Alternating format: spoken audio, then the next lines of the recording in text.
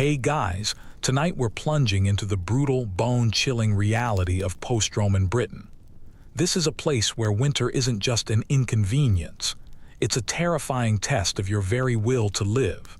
Forget your visions of a cozy ski lodge or hot cocoa by the fire. This world is defined by endless mud, unforgiving ice, and a cold that seeps into your bones and sets up permanent residence. The mighty Roman legions pulled out long ago. The paved roads are collapsing and trade networks. Those are barely a memory. You are essentially stranded here, relying only on a few neighbors and a dangerously bare barn.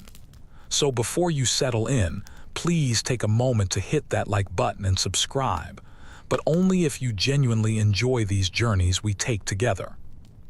Now tell me, what city are you listening from tonight? And what time is it there right now? Is it midnight in Chicago or 9:00 p.m. over in Glasgow? I genuinely want to know who else is suffering through this dark age with us. Dim those lights, perhaps turn on a fan for that low, steady background hum, and let's ease into tonight's journey together. You wake up to the kind of morning that instantly makes your teeth ache, and you haven't even managed to get out of bed yet. Except you aren't in a bed, of course. You're curled up tight on a scratchy pallet of straw, underneath a roughly woven wool blanket that smells strongly of the sheep it came from. A fine white layer of frost clings stubbornly to the inside of your wooden walls, and every breath you take hangs visibly in the air like a cloud of mist. Outside, the wind is screaming through the bare trees, rattling the loose bits of thatch on your roof with aggressive impatience. You know things are truly dire when even the dog refuses to stir. He's hunkered down tight by the dying embers of last night's fire, his nose tucked completely beneath his tail, and you find yourself profoundly envious of his wisdom. The year is approximately 500 AD, give or take a decade, but calendars aren't exactly common items anymore. Now, you measure your life in terms of lunar cycles and successful harvests. You are one of the fortunate survivors, part of a small, ragged settlement that used to be attached to a grand Roman villa town. The original stones are still there, sticking haphazardly up out of the frozen earth like forgotten bones of giants. But the original roofs are completely gone, and most of those impressive walls have been strategically dismantled and repurposed for other things. Whatever scraps remain of true civilization lie buried now beneath a thick layer of cold, indifferent mud and fatting memory. Latin has nearly vanished from daily speech. The old roads are overgrown and coins hold very little value now, but a small sack of barley, that is hard currency. You sit up, wrapping yourself immediately in an extra cloak and fumble awkwardly for your boots, stiff leather things padded internally with bits of fur and straw. You let out a soft curse under your breath. They are perpetually damp, always damp. Winter here isn't just about snow. It's about a relentless, wet, creeping cold that never lets up. Your patched roof leaks sporadically. The central hearth barely manages to draw smoke anymore, and if you don't tend to that fire soon, you'll lose whatever tiny bit of warmth remains trapped in the air. You shuffle anxiously toward the hearth. It appears someone has already been up, likely old Bryn, the goat keeper, and tossed on a few pieces of peat. It smolders slowly and quietly, filling the hut with a thick, earthy smell. There is barely any usable wood left, not unless you are willing to make another dangerous foray into the deep forest, and nobody truly wants to do that. Not unless they are absolutely desperate. Breakfast is painfully predictable. A ladle of gruel, a simple barley mash, perhaps thickened with a splash of goat milk if you're particularly lucky. The bread is tough and dense, flat and hard to chew, especially now that the last of your upper molars finally gave out last spring. You chew very slowly, not because you are savoring it, but because your body is trying to decide if this substance is intended to be food or emergency insulation material. Outside, the snow has developed a thick, crunchy crust of ice. A red squirrel darts quickly across the frozen yard, and you watch its movements with profound envy. It clearly has food. It definitely has a plan. You have to go out anyway, you simply must. The few remaining animals need immediate tending. The roof needs yet another round of patching. And if you don't physically break the ice in the trough, those goats won't be able to drink anything.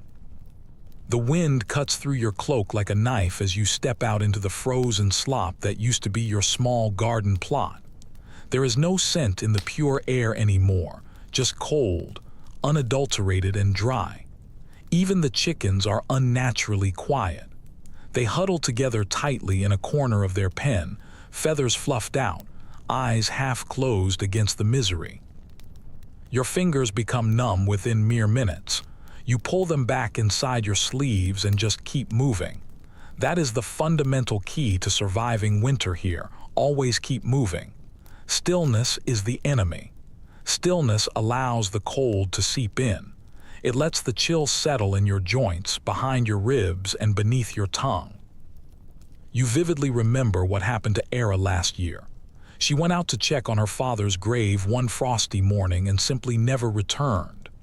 They found her later that day, stiff and curled up like a sleeping cat, just beyond the tree line. You head back inside immediately, immensely thankful for the quiet, smothered glow of the hearth. Someone must be boiling water. That is a genuine luxury. Having hot water means you are still somehow winning against the forces of nature. Here is a small, fun twist of irony. Your ancestors, before the Romans arrived, actually handled these winters a bit better in some ways. They maintained much tighter-knit tribal networks, possessed superior knowledge of native plants, and had far fewer expectations about large-scale grain storage. But now, after centuries under Roman administration, your people have lost touch with much of that ancient knowledge. You have inherited the spectacular ruins of a vast Roman infrastructure, without retaining any of the essential skills required to properly maintain it. Those villas, with their broken hypo-cost heating systems, mock you with their silent, empty walls. You could theoretically be warm in there right now if you only knew how to repair them, but you don't. Nobody does. And yet people stubbornly persist. You spend time helping patch a neighbor's roof with sod and woven twigs. You share a smoked fish saved from a late autumn catch. You exchange precious news. Someone actually saw a trader's wagon last week moving along the old Roman road, which means that maybe, just maybe, spring might not be so far off after all. That is, if it doesn't snow again soon, which, of course, it undoubtedly will. You think about leaving sometimes, heading south toward the coast, perhaps trying to find passage over to Gaul. But trying to travel in winter is pure madness. The old roads are gone, the bridges collapsed completely. Besides, there is absolutely no guarantee that things are any better across the sea. Word travels slowly, but it hints that things are worse. Plagues, raiders, total famine. You realize you are better off staying put right here, hugging the fire, and desperately hopping your small store of smoked meat holds out for one more month. The scholarly debate, oh, it's a lively one among those who still read scrolls. Some historians argue that post-Roman Britain didn't experience a total societal collapse, that communities simply adapted, and that local elites kept some semblance of order intact. Others firmly insist, no, it was a sharp, rapid nose dive straight into chaos and complete isolation. The truth, you suspect, probably lies somewhere uncomfortably in the middle. What you know for certain from your cold toes and empty belly is that survival isn't some philosophical concept. It is immediate, day by day, bite by painful bite. Outside, night creeps in surprisingly fast. The sky turns a heavy, bruised purple, and a soft flurry of snow begins to descend. You carefully add another small brick of peat to the fire and lay down your cloak for another night of half sleep. You are alive for now. The wind claws violently at the walls again, sounding exactly like it is searching for a way in. You close your eyes tight and whisper to no one in particular, "Just get me to spring." It's the next morning, and your breath is still fogging visibly in front of your face before you can even get both eyes open fully.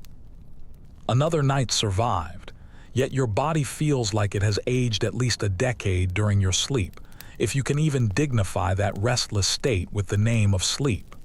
You are stiff, profoundly sore, and immediately start thinking about how you are going to source more fuel for the fire. Winter in this place simply refuses to loosen its grip easily. But as you manage to sit up and grope around for your boots, still wet, still cold, you cannot help but wonder how you all got into this mess in the first place. Not just you specifically, but your people, this entire land, Britain. Once upon a time, this tiny slice of damp, remote earth was a functioning part of the great Roman Empire. It wasn't just some far-flung colony. It was an actual outpost of Rome's grand vision of civilization. They had heated bathhouses, paved straight roads, bustling marketplaces, amphitheaters, taxes, and appointed governors. Your great-grandparents might have actually eaten olives, imported from places they couldn't even properly pronounce. Latin was spoken, or at least mumbled through official scrolls, and winters, while certainly still brutal, always came with established systems in place to help people endure them. There were central grain stores, protected trade routes, centralized governance, and most crucially, dependable structure. And then just like that, the Romans simply left. Around 410 AD, they packed up their soldiers, their bureaucrats, their bathwater, and essentially just said, "Good luck." Barbarian invasions on the continent had them scrambling, and Britain, being remote and far too expensive to properly maintain, was simply cut loose. The Roman governors were gone, the garrisons emptied, and those fancy stone villas and hypo-cost heated homes were left to slowly rot. Your ancestors, once promised a comfortable seat at the imperial table, now sat alone amidst the spectacular ruins of a system they didn't build and, critically, could not maintain. Imagine inheriting an immense palace you have no idea how to repair, with zero instructions, no functioning tools, and absolutely no way to call tech support. You head outside again, stomping through the half-frozen mud beneath your feet, and glance over toward the pile of crumbled stone near the river, a former Roman bathhouse, now home only to rats, patches of moss, and one particularly territorial goose. You avoid going near it much. It reminds you too acutely of how completely things have fallen apart. The original bricks are still there, strong and clean beneath centuries of grime, but no one alive knows how they were properly put back together. The nearest thing you have to a functioning government now is the village elder Old Cadon, who perpetually smells like fermented turnips and stubbornly insists that the old gods still speak to him vividly in his dreams. The irony is thick enough to cut with a bone knife.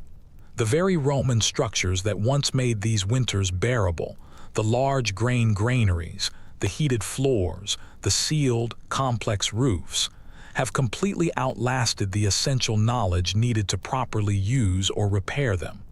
You've got the magnificent shell, but no yoke to power it. Some people have tried adapting the ruins. One village just north of you actually lives inside a crumbling Roman fort, plugging the large gaps with timber and daub and building small fires over shattered tiles. You visited once. It felt profoundly haunted. Food is miserably tight again today. You find yourself gnawing determinedly on yesterday's barley cake. The corners have gone hard as stone. You would happily trade your soul for a Roman amphora of olive oil right now, or even just a heavy sack of their famously hearty wheat. It's funny how, even in ruin, the ghosts of the Romans still show up constantly in your thoughts, reminders of a more comfortable past. And here's the crucial thing most people forget. The collapse wasn't one single explosive event. It was slow, agonizingly uneven and patchy. Some areas managed to hold on longer than others. A few isolated coastal towns maintained small bits of trade, even echoing Roman customs and laws well into the 500s.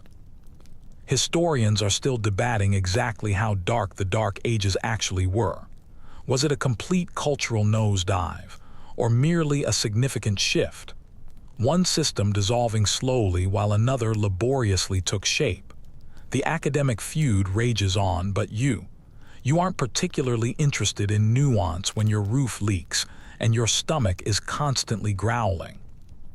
From exactly where you are standing, ankle deep in icy muck, it certainly feels dark enough. You think back to your grandmother. She used to tell incredibly vivid stories about how life used to be. Tales passed down about perpetually warm floors and genuinely hot baths. She described rooms where steam filled the air and people could soak together without freezing their bones stiff. You used to think she was simply making it all up. Now you seriously wonder if maybe she wasn't entirely. Still, life always moves on. People adapt. You've patched your own shelter more times than you can possibly count. Layer after slow layer of thatch, daub, and desperate hope. You learned how to shape local clay into crude cups, how to twist stinging nettles into usable twine, how to trap small rabbits using only bent sticks and a bit of carefully stolen cheese. You have become something complicated, a blend between a farmer, a builder, and a primal survivalist. Because that is exactly what post-Roman Britain demands: versatility. You visit your neighbor's house, if it can even be called that. It's little more than a linta built hastily against a low Roman wall. They've covered the gaps with wattle and daub, but you can still clearly see the original stone archway poking out forlornly behind a curtain of straw. Inside, it's desperately dark and perpetually smoky, and the air smells like a damp dog mixed with boiled roots. They're better off than some, though. They still have a cow, a real, live, slightly mad cow. That counts as serious wealth. You help haul some logs for them, twisted, soggy things that barely catch fire. In return, they gratefully offer you a scrap of dried apple. You nibble it slowly like it's a magnificent feast. The faint sweetness almost makes your eyes water with surprise. The child in the corner, maybe 6 years old and wearing 3 layers of rags, watches you like you might be some sort of Roman spirit. You wink slowly at him. He doesn't smile back. Later, you sit by your own fire, poking idly at it with a stick, trying desperately to will it to grow stronger. The wood is damp again, spitting angrily. You sigh deeply and settle in, listening carefully to the wind outside. It whistles mournfully through the nearby trees, through the many gaps in your walls, and even through your teeth. You wrap yourself tighter in your cloak and stare into the flickering flame, which isn't so much heating you as it is offering a distracting point of light from how cold you truly are. The fire crackles once, and you wonder if the Romans ever truly imagined this moment. Did they know that one day their celebrated roads would crumble, that their elegant villas would flood, that their luxurious bathhouses would end up housing scrawny goats? Did they ever pause, look around, and think, this is simply too good to last? You don't know the answer. You just know you are here now in the constant cold, trying desperately to make it through another night. And the question you cannot stop asking yourself is, what comes next? Is this how life is now forever? Are the winters always going to be this intensely hard, or will someone someday find a way to build something entirely new? But not tonight. Tonight, you curl closer to the dying fire. Pull your blanket up to your chin, and try not to think too hard about the coming sunrise. I've written a significant portion, but the original text is exceptionally long. I must check if I can continue without hitting system limits. Do you want me to continue? I will assume yes and continue the rewrite, carefully tracking the 6-sentence rule.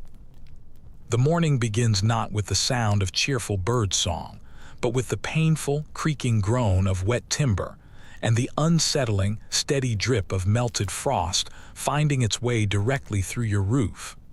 One cold drop lands squarely on your forehead. You grumble loudly and roll over, pulling your blanket even tighter, but the bitter cold has already slithered aggressively in. Outside, a thick white fog curls lazily through the skeletal trees, clinging low to the earth as if it, too, is heavy and profoundly exhausted. Everything feels wet, the kind of dampness that simply refuses to dry, instead shifting constantly around your clothes like a miserable second skin. And your home, well, calling it a home might be overly generous. It is a simple, timber-framed, mud-walled hut that leans noticeably to one side, like it is giving up under the strain, too. You did build it with your own 2 hands, though, and in a strange way that makes it feel deeply like a part of you. Drafts, leaks, and all. You push open the heavy wooden door and step outside into the biting air. Every breath you take tastes sharply like iron and ash. The hard frost hasn't just briefly touched the ground, it has entirely swallowed it. The grass is completely gone, buried under a thin, crunchy shell of white that crackles audibly beneath your heavy boots. You trudge around the back of the hut, and the wattle and daub walls are cracking again. You trace your cold fingers along the developing gaps, already calculating the necessity of mixing another batch, straw, clay, and animal dung. Your holy trinity of winter survival. The way you smear it meticulously between the wooden lattice walls is half sheer necessity and half strange meditative art. A successful, good mix keeps the wind out and the precious warmth in. A bad mix. Well, a bad mix is precisely why your left wall weeps when it rains heavily. You glance briefly at the neighboring homes. Each one is merely a variation on the same theme: timber frames, wattle walls, thatched roofs. A few of the more ambitious neighbors have carefully added bits of stone to their lower walls, stone scavenged from the Roman ruins nearby. The logic there is brutally simple. If it managed to survive this long, it is probably far stronger than anything you can slap quickly together with mud and a prayer. Inside these miserable huts, it is smoky, cramped, and always too dark. But it is something. And in this desperate era, having something is nothing short of a blessing. There is a characteristic smell that hangs heavily in the air here: smoke, peat, and a faint, persistent whiff of manure. It's not actually unpleasant anymore. It is the distinct smell of life continuing. You gather some dried bracken to toss into the hearth later, just enough to spark a decent flame. Real firewood is an extreme luxury these days. Trees near the village were cut down ages ago, and no one dares venture deeper into the forest unless they absolutely must. But you'll get to that problem eventually. For now, it's clearly patchwork season, and this whole place needs serious, immediate patching. You head over to the sidewall and crouch down, rubbing the damp spot where yesterday's snowmelt aggressively crept in. The deep cold seeps up immediately through the soles of your boots, and you shift your weight to avoid a small puddle. The wind has picked up again, sliding across the landscape like a hungry predator. Every single gust finds new and creative ways to poke sharply into your home, constantly reminding you that wattle and daub is a decent idea, but it is far from perfect insulation. The cold always finds a crack. Always. You run your hands methodically along the timber, noting exactly where it has warped. When the Romans constructed their original structures, they carved everything to precise, exacting angles. They even had nails, real ones. You, however, rely on wooden pegs, twisted twine, or, If you're truly desperate, chewed rawhide straps. Your walls are not square, and your roof leans heavily like an old man with a perpetually bad hip. But it stands. That is absolutely all that matters. It stands for now. The history books will one day fiercely debate precisely how much technical knowledge was completely lost when Rome fell apart. Some scholars say much of it survived, tucked safely into remote monasteries or preserved in carefully guarded oral tradition. Others argue convincingly that generations passed without anyone having any clear idea of how their ancestors built with such shocking precision. You are inclined to believe the latter camp, not because you've read any ancient scroll, but simply because you have tried building something yourself, and you intimately know just how incredibly hard it is. There's no blueprint, no proper measuring stick, just raw instinct, endless trial and error, and a desperate hope that the roof doesn't cave in on your head during the next massive snowstorm. By midday, your fingers are completely coated in thick clay. You've patched 2 substantial sections of wall, carefully reinforced the crucial corner where the wind loves to sneak through, and securely tied a leather strap across a dangerously sagging beam. It's definitely not elegant work, but elegance isn't your current concern. Endurance is.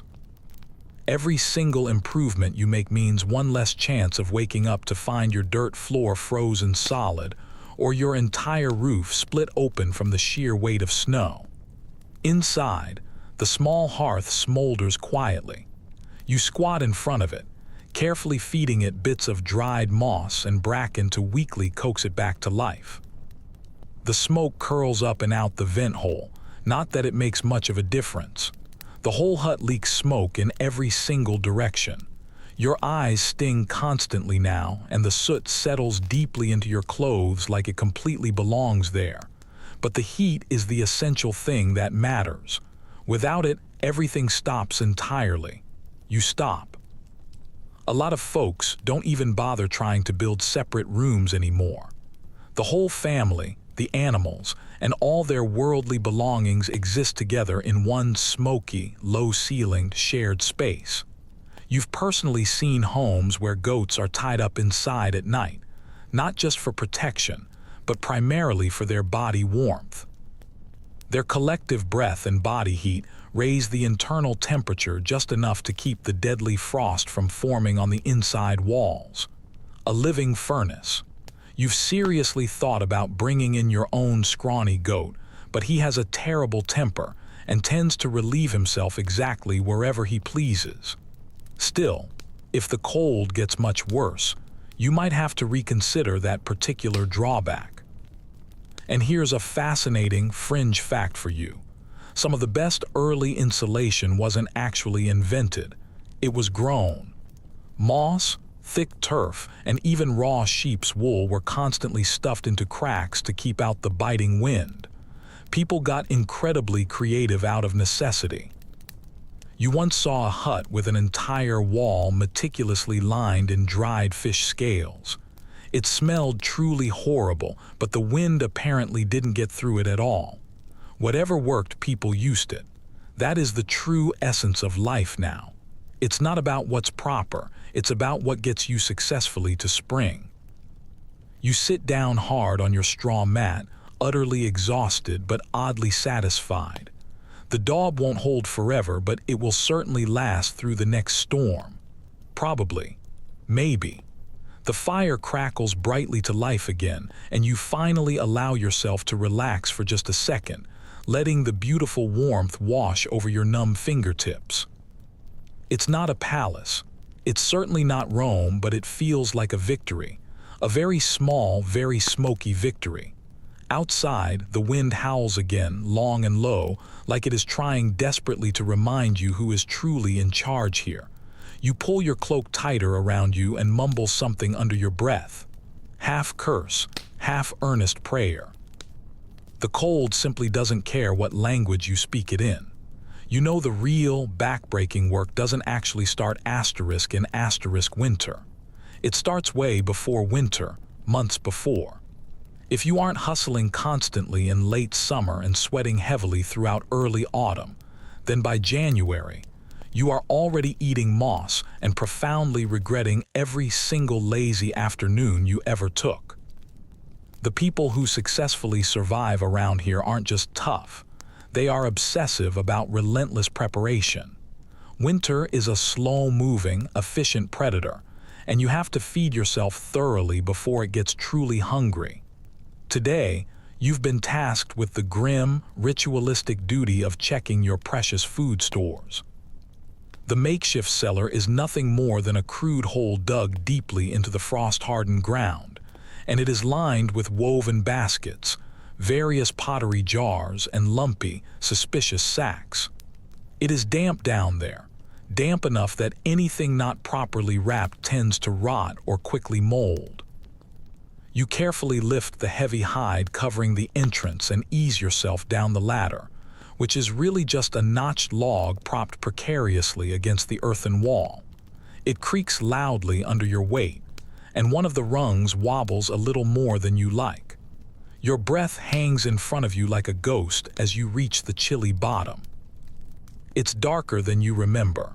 You feel around blindly until your fingers manage to find the basket of turnips, still firm. That is incredibly good news.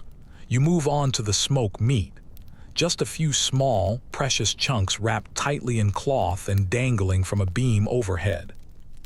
Rats have chewed through one of the hanging cords. A piece is obviously gone. You curse quietly and swat pointlessly at the shadows, knowing perfectly well that it's too late. There's a large crock of grain tucked securely in a corner. Barley, a little oat. You pinch a small bit between your fingers, still dry, no mold. You sigh in relief. There's not much of it, but it will stretch out.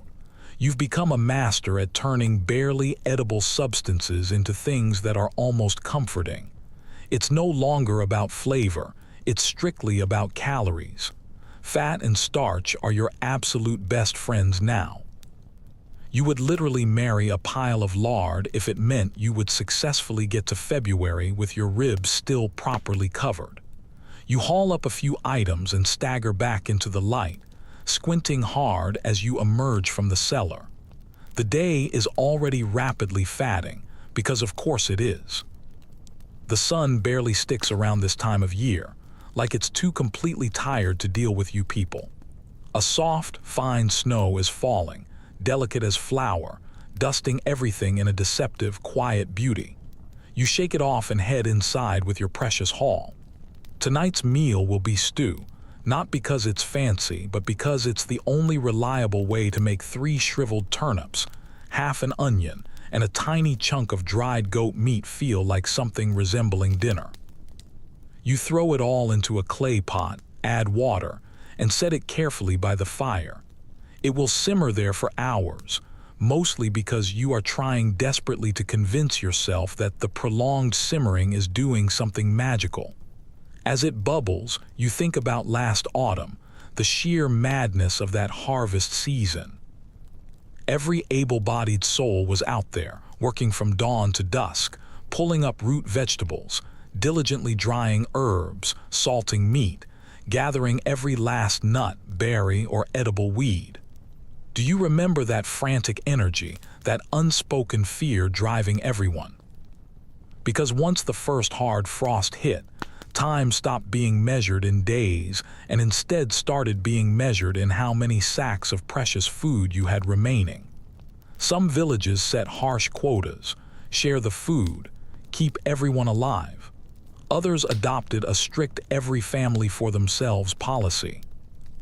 You've heard whispered stories of people stealing relentlessly from their neighbors' cellars, of barns mysteriously catching fire immediately after someone was refused a loaf of bread.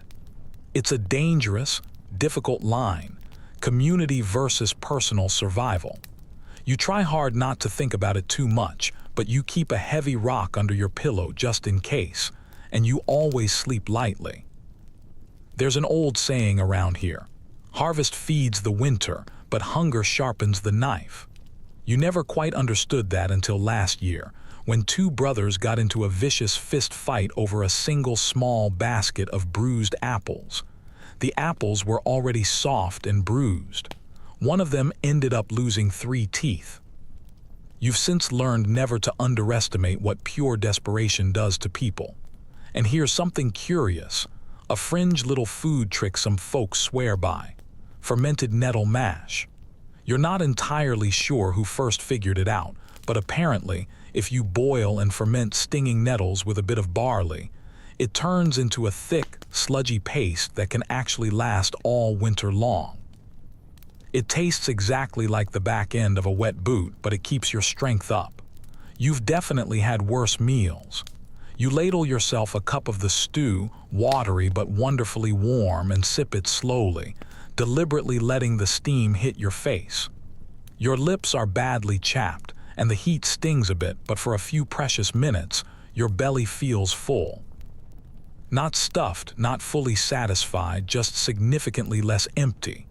You hold the bowl close, soaking in the radiating warmth as if it were a miracle cure. Later that evening, the village elder, Kadon, stops by your hut. He doesn't bother to knock. No one really does anymore. He just pushes open your door abruptly with his crooked stick and stands there like some kind of ancient winter prophet, snow piled on his cloak and eyebrows. He smells strongly of pine resin and old mead. "Got a root rot spreading near the western plots," he grumbles immediately, not even bothering to greet you. "Might be the frost going deeper than we thought." You nod silently and offer him the last of your stew. He takes it wordlessly, drinks deeply and directly from the bowl like it's plain water, then hands it back to you. He looks hard at your fire, gives it a slow nod of approval. Still burning, that's something. It is the highest compliment you are going to get. There's a quiet debate that goes on among the older folks about whether this climate has always been this harsh, or if the winters are visibly changing. You've heard whispers of a distinct colder shift, of much harsher seasons than even the old Roman records mention. Some believe it is simply punishment from the gods. Others believe it's just the natural way of the world resetting itself. No one really knows the truth, but you can certainly feel it. Every year the frost seems to come a little earlier, the thaw a little later. Every year your cellar looks smaller. As Kadon leaves, he mutters a final warning: "Stock what you can, don't count on March and ribeye." You nod, even though it's not really advice. It's a warning of the highest order. You curl up tightly by the hearth that night, full enough, thankfully, to sleep. You think briefly about your neighbor, the one with the rats in her cellar, and you wonder if she is eating tonight. You wonder if you'll trade her something tomorrow, maybe an hour of hard work for a few smoked fish, or maybe just stories if she is feeling generous. For now, you drift into the deep, heavy sleep that only total exhaustion brings. The fire casts a dull orange glow on the walls, and the scent of broth still faintly clings to your fingers. Outside, the snow keeps falling steadily. Inside, your stew pot is empty. You wake up in the darkness again, though this time it isn't the cold that pulls you violently from your sleep. It's the sound. A sharp, unmistakable clatter in the distance, immediately followed by low, urgent voices. You sit up slowly, your blanket sliding off in a heap of scratchy wool and faint goat smell. The fire has burned critically low. Nothing is left but poolsing red coals and a few tired sparks. You listen hard. There it is again. Someone is shouting now, not panicked but deeply agitated. You pull on your cloak and step out into the bitter air, your feet crunching across the frost-hardened mud. At the edge of the village, a small group is huddled tightly around something. You can't clearly see what it is until you get closer, pushing quietly through the crowd with a few muttered excuses. At the center of it all is a wooden crate, busted wide open, half empty, and a young man standing over it, his face pale and trembling with shock. His hands are stained dark from the contents of the box. Slabs of meat, glistening red and already starting to freeze. It was a trade delivery, or at least it was meant to be. Someone has raided it thoroughly. The village was counting on a few barrels of dried goods and a bit of salted meat from the next hamlet over, a rare, midwinter lifeline. And now half of it is missing, and what remains is barely enough to feed 2 families for a full week. You exchange silent glances with one of your neighbors, Elgin, the stone-faced man who hasn't managed a smile since the harvest failed 3 years ago. His jaw tightens immediately. Everyone is thinking exactly the same thing. This is desperately bad. Food going missing is more than just inconvenient, it's a direct threat. Without that trade, the numbers get much tighter. The survival math gets immediately deadlier. There's a quiet, cold fury hanging in the air now, heavier than the snow itself. A few villagers nervously start pointing fingers. No one has actual proof, of course, but suspicions are already rapidly taking root. You don't blame them one bit. Hunger completely rewrites people. You've seen it already in small ways, cheating on rations, hoarding small scraps, pretending you didn't hear your neighbor's kid cry last night from an empty stomach. But this is big. This was the backup plan, and now it's gone. You drift slowly back to your hut, deeply uneasy, and sit down by the weak fire. You stoke it carefully with the last of the dried moss you gathered yesterday. Then you tuck your hands deep under your cloak and close your eyes. You're not just worried about hunger itself.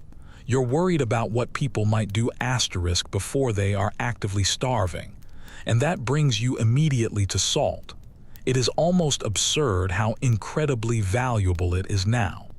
This dusty, crystalline miracle that you never used to think twice about. Salt means survival. Salt keeps your precious meat from rotting. Salt keeps your fish edible through miserable February. Salt means you can actually eat something today and tomorrow. You've become hyper-aware of every single grain. When you are lucky enough to successfully trade for a small pouch of it, you treat it exactly like treasure. One of the village kids once called it white gold, and no one dared laugh. This winter, the salt trade has completely dried up again. The coastal routes froze over early, and the roads are totally impassable due to deep snow and ice. Traders from the east haven't shown up in over a month. Some folks say they've been blocked by Saxon raids. Others claim a fierce storm simply sank their ships. Either way, the devastating result is the same: no salt. You're severely rationing what's left in your own small stash, maybe a few tablespoons at the most. It's coarse and dirty looking, flecked with tiny bits of grit from the crude way it was processed. Doesn't matter at all. It works perfectly. You use it sparingly, pressing it into strips of meat with your fingertips like you are casting a precious spell. It absolutely has to last. You remember last year when one family tried desperately using ash instead, thought it might somehow dry the meat. It didn't work. The meat quickly spoiled and 3 of them got terribly sick. The healer couldn't do much at all, just offered chewed bark and constant prayer. You still clearly remember the awful smell of that hut. There's a small, quiet debate that sometimes comes up around the dwindling fire, whether it is worth risking a treacherous trip to the coast for more salt. It's a 3-day journey in genuinely good weather. In the dead of winter, it's more like a week of wadding through deep snowdrifts, sleeping uncomfortably under wet furs, and hopping the wolves are actively hunting something else. A few young men volunteered last year. Only one managed to come back alive. He was badly frostbitten and critically empty-handed. He doesn't speak much anymore. Still, you wonder, is it worth trying again soon? You look hard at your dwindling supplies. 2 smoked fish, a few withered roots, and 1 half-empty pouch of salt. And you don't say it out loud, but deep in your gut, you know it absolutely won't be enough to last. You remember your grandfather's story, how when he was young, they used to boil sea water slowly in clay pans over hot rocks. It was painstakingly slow, incredibly wasteful, and you had to physically carry heavy barrels of sea water uphill. But it worked. Sort of. Maybe if you could only get to the shore just once and bring back a few buckets. But again, the roads, the relentless snow, the endless choking cold. And what if you leave and someone else raids your hut while you're gone? You stare hard into the fire for a long time, chewing the inside of your cheek and carefully weighing the miserable options. The only certainty is that salt, this thing you barely noticed most of your life, is now the definitive difference between eating meat in March and digging a shallow grave in February. Funny thing, there's an old folk belief that salt keeps evil spirits far away. Sprinkle it across your doorstep and you are fully protected. It makes perfect sense in a weird, practical way. The true evil isn't always supernatural. Sometimes it's just the creeping, heavy stink of spoiled food, or the bone-thin man who is eyeing your cellar door a little too closely. You lie back down and stare up at the soot-darkened ceiling. Somewhere outside, a dog barks once and then falls immediately silent. The wind sighs mournfully across the frozen thatch. You close your eyes and dream, not of warm weather, but of a large stone basin full of pure, brilliant white salt. You take a handful and throw it high into the air, and it rains down like snow, clean, bright, and full of life. And then you wake up, still cold, still desperately hungry, still here. By now, the days are so unbelievably short they feel more like fleeting rumors. You blink your eyes and the light is already fading, the sun trailing low and sluggish across the horizon like it can't quite be bothered to shine. But today, you've got a critical mission. You're heading underground, not figuratively, but literally, because down there, safely beneath the deep frost line, it is perceptibly warmer. Not cozy exactly, but warmer in the way a stale blanket is always better than having absolutely nothing at all. A few families near the edge of the village have managed to dig partial shelters directly into the earth, sunken rooms, or what pass for makeshift basements. Really, they're half-covered pits reinforced with timber, clay, and whatever leftover stone they can successfully steal from the Roman ruins. They are decidedly not elegant, and they definitely smell strongly of wet dirt and regret, but they make a massive difference when the wind howls loud enough to shake your very bones. You've helped dig a few of these miserable shelters over the years. The work is terrible, cold, muddy, and often abruptly interrupted by frozen ground that laughs mockingly at your best shovels. But once you're safely inside, crouched low and surrounded completely by earth, there's a distinct kind of dead silence that tightly wraps around you. The cold noticeably slows, the wind completely disappears, and everything goes still. The temperature down there hovers just barely above freezing, which might not sound impressive unless you've spent a week shivering in a hut where your breath freezes solid on your lips. Today, you're checking on one of these shelters for a family that's fallen terribly sick. The entrance is just a ragged square of timber framed into the hillside, partially concealed by snow and thick brush. You tug open the crude door, then duck quickly inside. The earth breathes heavily out at you, a strong, musty smell of soil, wood ash, and the faintest hint of mildew. You lower yourself carefully down the earthen steps, hands firmly braced against the walls. Inside, it's dark as a cellar and, surprisingly, warmer than you expected. Not much warmer, but enough to make your face tingle slightly as your skin adjusts. There's a fire smoldering low in a pit off to the side. Its thin smoke is funneled lazily through a pipe that disappears into the wall and up into the hill. A few torches burn fitfully, casting everything in a flickering gold. The family lies bundled under several cloaks and furs, faces pale, forehead slick with fever sweat. A woman stirs weakly and tries desperately to sit up. You offer her a pouch of boiled water mixed with wild mint and elder bark, the closest thing anyone has to actual medicine. She drinks it in small, agonizing sips. You can clearly see the grateful exhaustion deep in her eyes. You stay with them for a while, stoking the fire and checking the meager food baskets. They've got roots and dried berries, not much else. You promise to bring more supplies if you possibly can. It's not a lie, but you honestly don't know if you'll be able to spare anything. No one has much left to spare anymore. As you sit there quietly in that sunken room, something profound dawns on you. This place might look primitive, but it's also undeniably brilliant. These semi-subterranean homes borrow essential heat from the earth itself.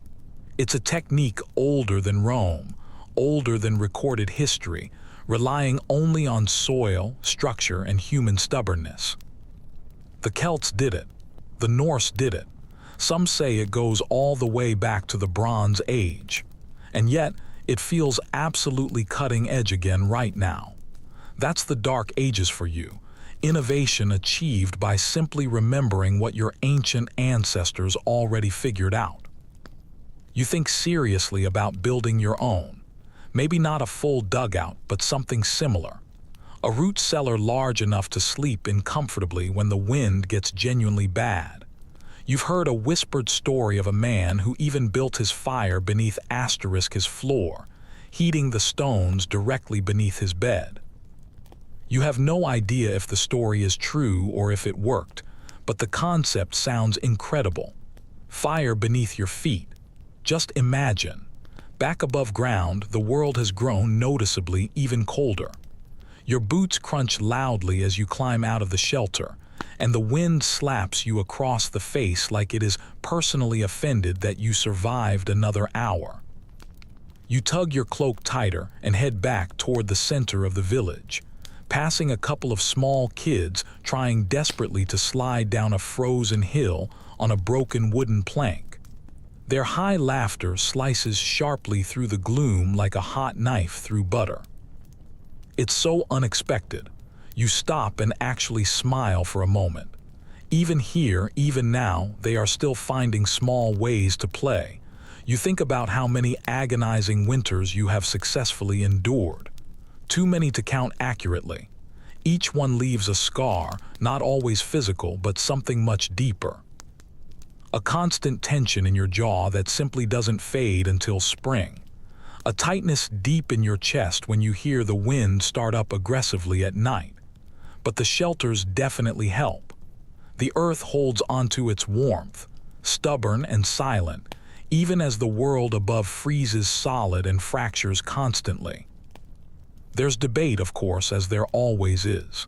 Some say these shelters are a terrible idea, that sleeping underground is inherently unhealthy, that the air inevitably goes stale, and that disease festers rapidly. And honestly, they're not entirely wrong. If you fail to manage smoke properly, it can easily choke you in your sleep. If you forget to dig a proper drain, meltwater will instantly flood your floor. And yes, rats. Always perpetually rats. But still, if you have to choose between a constant cough and certain freezing, most people will take the cough every single time. You head back to your hut, your breath fogging visibly in front of you like steam from a cracked kettle. By the time you get safely inside, your toes are numb again, and you don't even bother trying to get the fire going right away. You sit heavily, wrap your arms tightly around your knees and just breathe. Deep, steady breaths of warm air. You can still faintly feel the warmth of the shelter clinging to your skin. It's fatting fast, but it reminds you that you've got options. You mark out a rough drawing in the dirt floor with your finger, something like a dugout, something like hope. A safe place to retreat to if this winter drags on miserably like the last one did. You might not manage to build it tomorrow or even this week, but the vital idea is planted now, and that truly matters.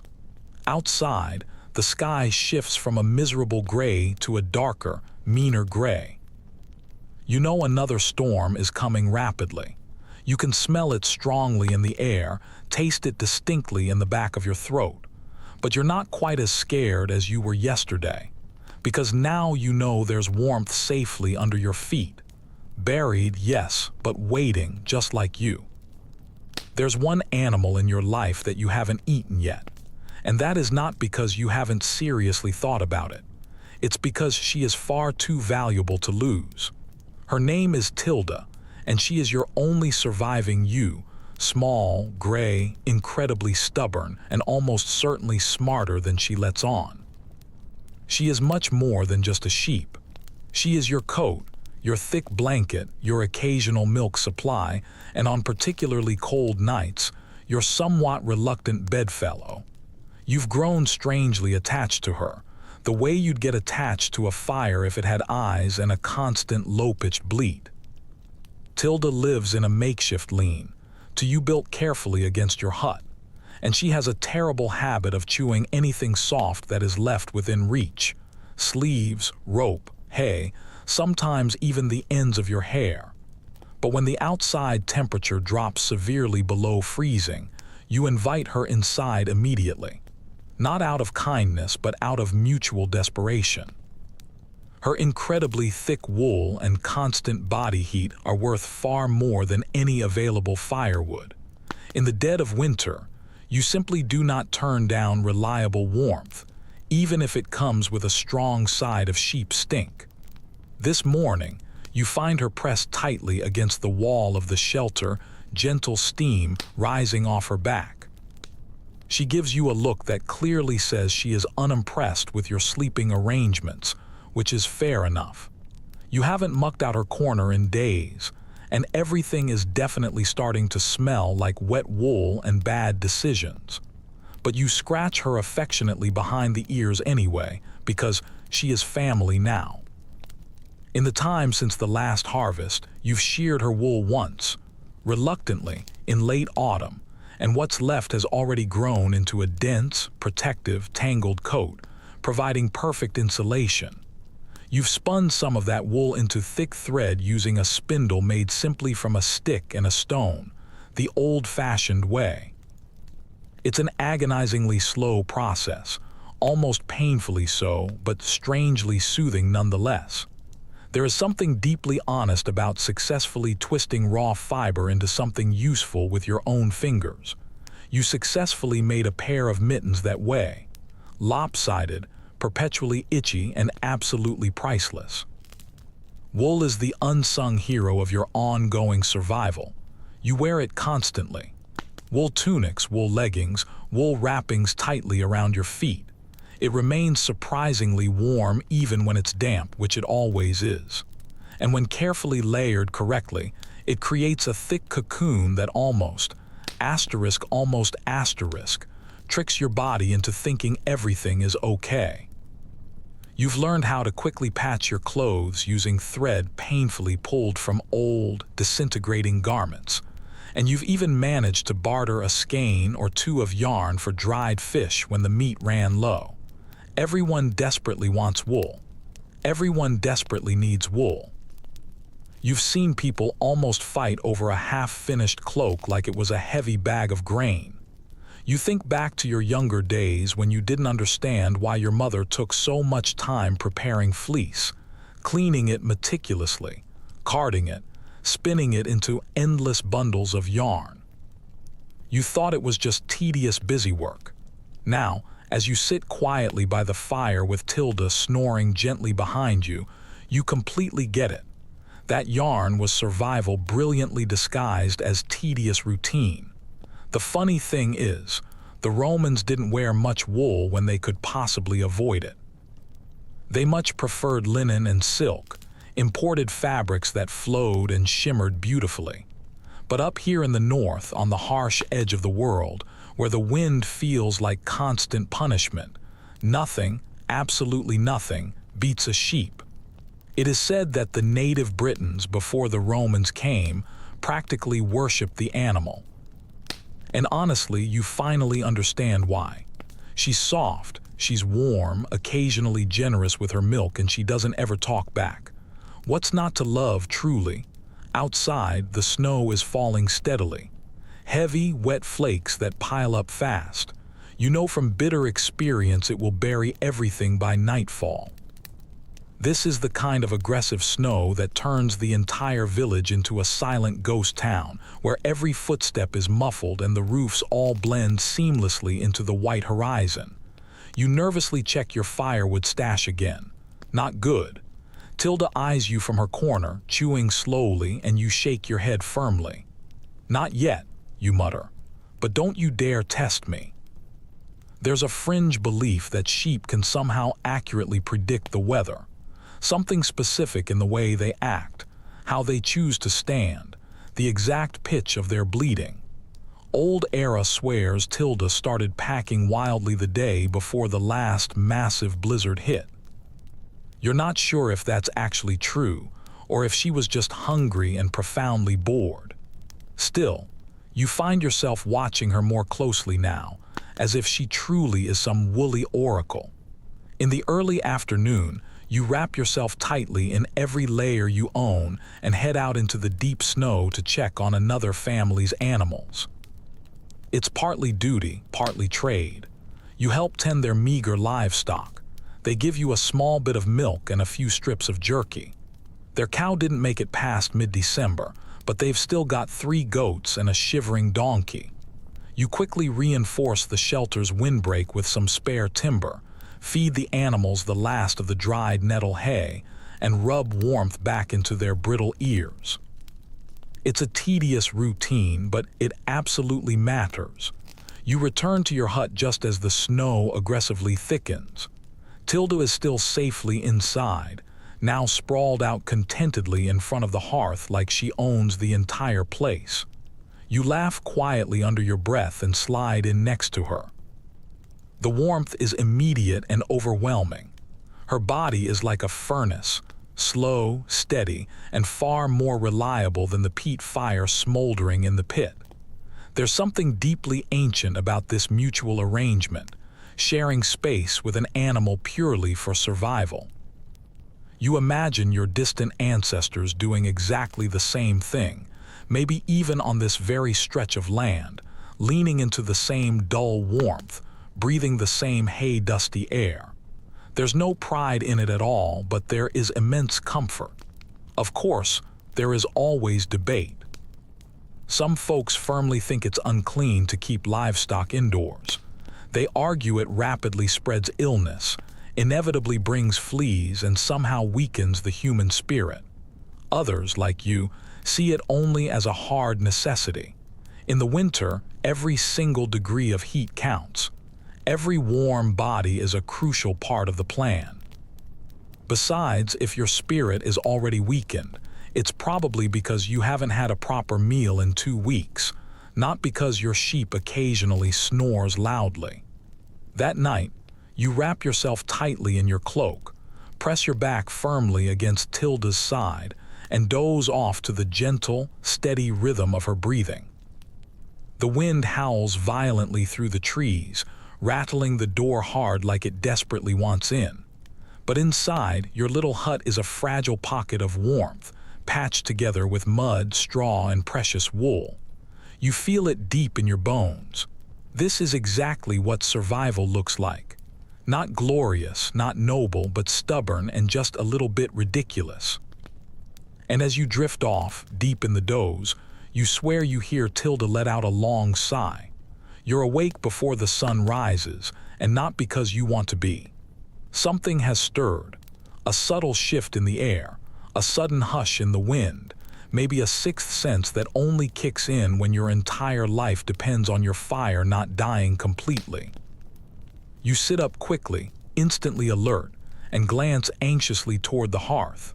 The fire's nearly gone, just a scattered handful of coals weakly glowing like dying eyes. You scramble across the cold floor, snatching frantically at dried moss and the smallest twigs you've meticulously set aside.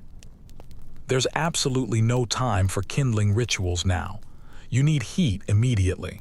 You blow gently, then again, your cheeks puffing until you're dizzy and lightheaded. The embers stubbornly resist you, sullen and unyielding. A flicker, a single spark.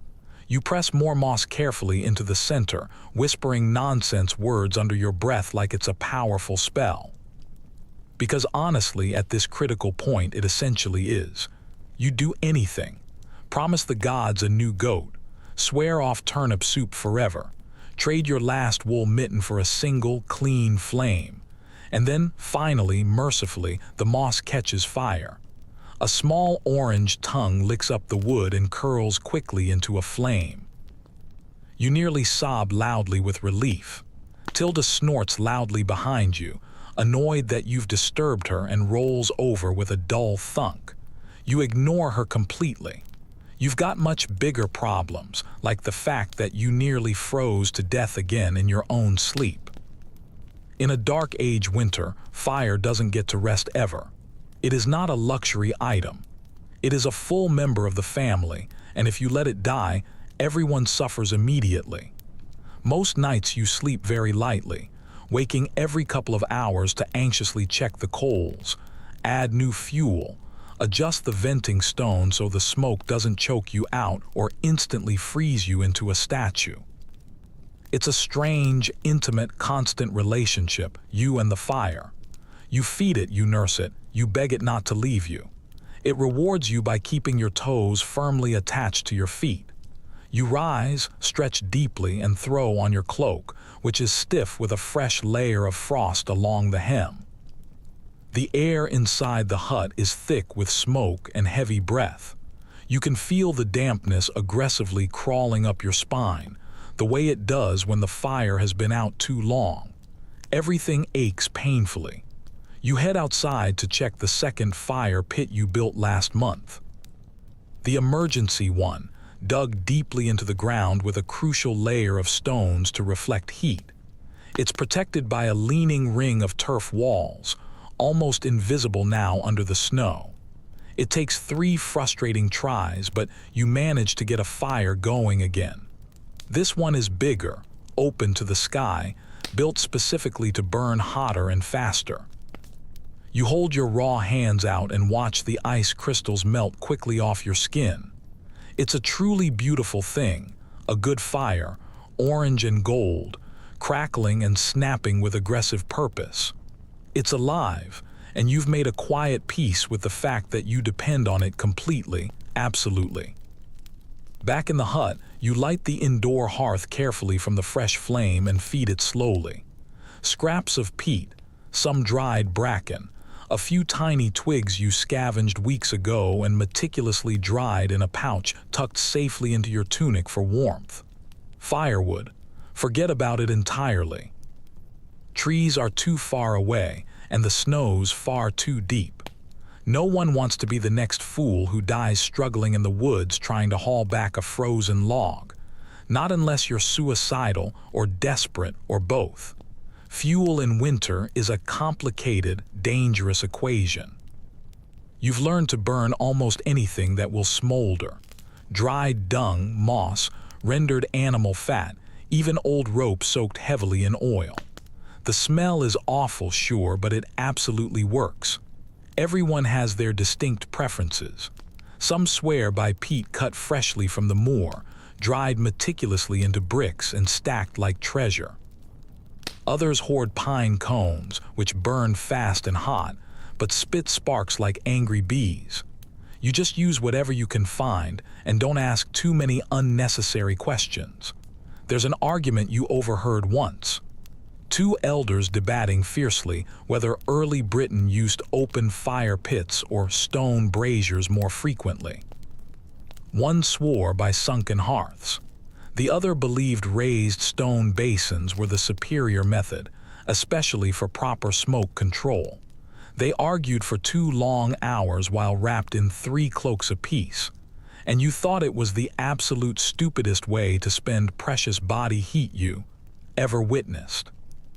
But you listened closely because even in the grip of winter, people want to know things. Fire apparently brings out philosophy. You remember vividly the first time your fire died completely. It was 3 years ago, right in midwinter. You were terribly sick, fevered, barely able to lift your head. You woke abruptly in the dark, ice on the walls, and the hearth stone was stone cold, dead cold.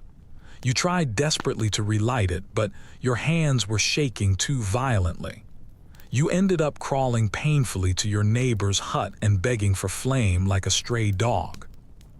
They gave you a single coal, carefully wrapped in ash and straw, precious, almost ceremonial. That single coal saved your life. You never forgot that moment. Now you meticulously keep 3 fire sources going at all times. One in the hearth, one smoldering outside under a clay dome, and a third, a tightly wrapped ember hidden inside a cow horn, stuffed with moss and sealed with wax. That's your traveler's fire. If the hut somehow burns down or the wind violently snuffs your hearth, that ember might be the only thing standing between you and frostbitten oblivion. You eat a bit of yesterday's stew, carefully reheated over the flame. It's mostly water now, with only a faint hint of onion and regret. Still, it's warm, and when you swallow it, you feel life slide slowly back into your limbs, one spoonful at a time. You feed Tilda a bit of root mash and scratch her behind the ears. She's cranky in the mornings, just exactly like you. You sit in front of the fire, wrapped securely in your cloak. And you think about how many lives this single fire has saved. Not just yours. Every hut in this miserable village burns something day and night. You can smell it constantly in the air. Smoke and ash and peat. The whole valley smells like fire.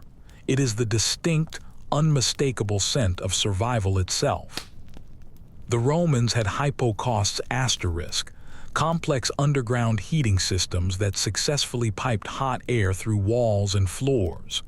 You've seen the ruins, touched the old tiles, still scorched and blackened from fires long dead. You can't help but imagine what it must have been like. Walking barefoot on warm stone, never having to worry about your fire going out in the night. A luxury you cannot even truly comprehend. Historians argue constantly about how widespread those systems really were. Some think only the elite had them. Others claim even modest Roman homes had clever heat systems. Either way, none of that helps you right now. You've got a small pile of peat and a stolen bit of spark. That's your asterisk hypocaust asterisk. Outside, the wind kicks up aggressively again. Snow spirals past the door, hissing sharply against the walls like it's trying to get in. You adjust the smoke hole vent carefully, double-check your meager fuel pile, and throw another handful of moss onto the fire. The flames leap, dancing rapidly. For now, you're warm. For now, the fire lives. You settle into your usual seat by the hearth, your back to the wall, bowl safely in hand. There's still a long, dark night ahead. And the fire, your stubborn, sputtering, intensely loyal fire, has to successfully last every minute of it. By late afternoon, the wind is far too strong to ignore any longer. It's violently clawing at the door, slipping aggressively under the frame, slapping the walls with icy, stinging hands. You hear the roof groan audibly with every single gust, the thatch trembling under its frozen burden. And even though you told yourself you wouldn't dare do this again, you open the door just a crack and step quickly outside to check the lashings. Just in time to have a furious blast of snow punch you squarely in the face. You stumble backward, cursing loudly, eyes streaming tears, breath instantly stolen from your lungs. Winter doesn't knock politely. It kicks the door in and tracks mud everywhere across your floor. You yank your cloak tight, wrap a scarf across your mouth, and squint hard into the storm. Everything is a blinding blur, white, gray, and furious movement. The other huts are merely vague shapes in the thick fog. You count them anxiously in your head to stay oriented. 1, 2, 3. There's the stone ruin where Brina keeps her chickens. 4, 5, your neighbor's hut, already half buried in drifting snow. She's smart. She stacked reeds against the base of her walls for insulation. You really should have done that too. You check the rope lashings holding your thatch. They're frayed and thoroughly ice-covered, but thankfully still holding firm. You retie 2 of them with stiff, frozen fingers, mumbling aggressive curses that would make a priest blush deeply. It's the kind of intense cold that steals your thoughts mid-sentence. The kind that makes your bones feel instantly brittle, like if you fall down, you will immediately shatter into pieces. Then you hear it, a grunt, low and absolutely unmistakable. You freeze completely. It's coming from the hut right next to yours, the one where old Gant lives mostly alone. He hasn't been seen much this miserable week. You hesitate for a crucial second, then trudge heavily over, leaning into the wind. Your boots crunch loudly through the thigh-deep snow. His door is ajar. Snow is already drifting heavily inside. You knock firmly. No answer. You push it open completely. It's pitch dark inside, even darker than usual. The hearth is dead. Gant lies bundled on his straw bed, breathing shallowly, his skin pale as the snow outside. His lips are cracked and dry. You rush to the dead fire pit. You poke at the ashes. Cold. Useless. You swear again, louder this time, and run back instantly to your own hut. In mere minutes, you've wrapped a coal from your hearth in a cloth soaked in rendered fat, your most precious travel fire, and carry it back quickly to him. You build a new fire as fast as your shaking hands allow, trembling from both the extreme cold and sheer panic. When the first small flames finally catch, licking upward like a slow yawn, you feel something profound ease inside your chest. He stirs slightly as the crucial warmth returns. Barely, just enough to murmur your name faintly and ask if it is still January. You smile without any humor whatsoever. "It's always January," you say grimly. You spend the next few hours meticulously checking over his meager supplies. Not much. Some root vegetables have gone soft and one sealed jar of lentils. You make a thin soup and gently force him to drink. He swears loudly at you for waking him up, but that is precisely how you know he is definitely coming back to life. This isn't the first time you've had to revive someone with a flame. It absolutely won't be the last. In winter, you don't just tend your own fire. You tend to others too. You pass it carefully like a torch, like a sacred secret. Fire isn't something you fully own. It's something you must share when you can, because once it's truly out, it's not always coming back easily. You stay vigilantly with Gant until night falls completely, constantly adding fuel, adjusting the venting stones, rubbing his stiff hands to keep the blood flowing. He talks in confusing circles, drifting in and out of sleep. He tells you stories you've already heard dozens of times. He mentions a wife who died 5 long winters ago. Her name was, you've completely forgotten. Eventually, when he is steady enough to sit up on his own, you go back out into the gathering storm. The snow is much worse now, coming down violently, sharp as sand. Your face is numb before you even reach your own door. You nearly collapse entirely as you step inside, your lungs burning, your knees weak and unstable. Tilda bleats once, completely unimpressed with your dramatic entrance. You flick snow off your shoulders, pull off your soaking boots, and sit down heavily in front of the hearth. You've burned through far too much fuel. The pile's down to a few fragile bricks of peat and a clump of pine cones. You'll have to go out again soon. Not tonight, but soon. Or you'll end up exactly like Gant if you're lucky. If you're not, well. The snow is still falling steadily, but you feel safe for now. You toss a scrap of salted root into a pot of water and call it dinner. The fire spits and hisses, bright and fully alive, and you sit there watching it intently, barely blinking. It feels like a genuine miracle. Every single flame, every single breath of warmth. You know better than to take it for granted ever. There's a strange little tale people tell around here. Half myth, half bedtime story about a fire spirit named Arthur. He's said to walk the villages in the coldest hours of the night, looking carefully for embers left untended. If he finds one nearly out, he breathes on it and brings it roaring aggressively back to life. If he finds none, he takes the warmth straight from your body instead. You don't believe it, of course, but every single night before you sleep, you tuck your coals deeply into the hearth, pat them carefully with moss, and whisper a thank you, just in case. Historians debate constantly whether this kind of obsessive fire tending was really that intense. Some argue that well-built hearths and smart fuel usage could easily maintain warmth without this intense, desperate care. Others say the hardship has been wildly exaggerated, that it wasn't truly that bad. You would genuinely love to invite those historians into your hut during a night like this and let them try to sleep soundly without anxiously feeding the flame. See how quickly they like it. By midnight, the fire's low again, and you wake from a shallow doze to feed it. You move automatically, not fully conscious, a creature of routine and soot and smoke. It's like tending a tiny baby. You poke the coals, add a little moss, press on a chunk of peat. You don't speak. You don't yawn. You just do the necessary thing. And as the fire flares once more, painting the walls in vivid orange shadows, you let yourself fall back heavily onto your mat, curled tight around a hot stone carefully wrapped in cloth. Outside, the snow keeps falling. Inside, your fire keeps breathing. The mead is completely gone.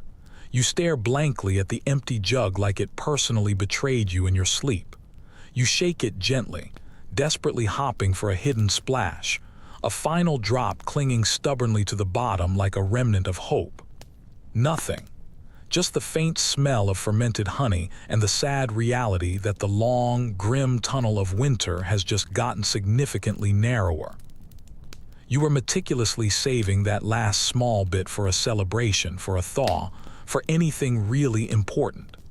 But last night, when the cold slipped aggressively into your bones and your dreams were all sharp teeth and gnawing hunger, you drank every drop. And now the jug is absolutely dry. You're not the only one running out of supplies. Across the entire village, food is rapidly dwindling. The smoked meat is nearly gone. The roots are shriveled and disturbingly soft. The oats have started to smell distinctly off. But it's not just food that's rapidly vanishing. It's patience, spirits, sanity. Whatever fragile sense of humor people still had back in November is now completely buried under 3 feet of snow and a rapidly growing pile of passive-aggressive glares.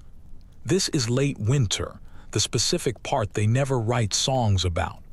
There's a word your people use, one that doesn't translate well into Latin: thanag.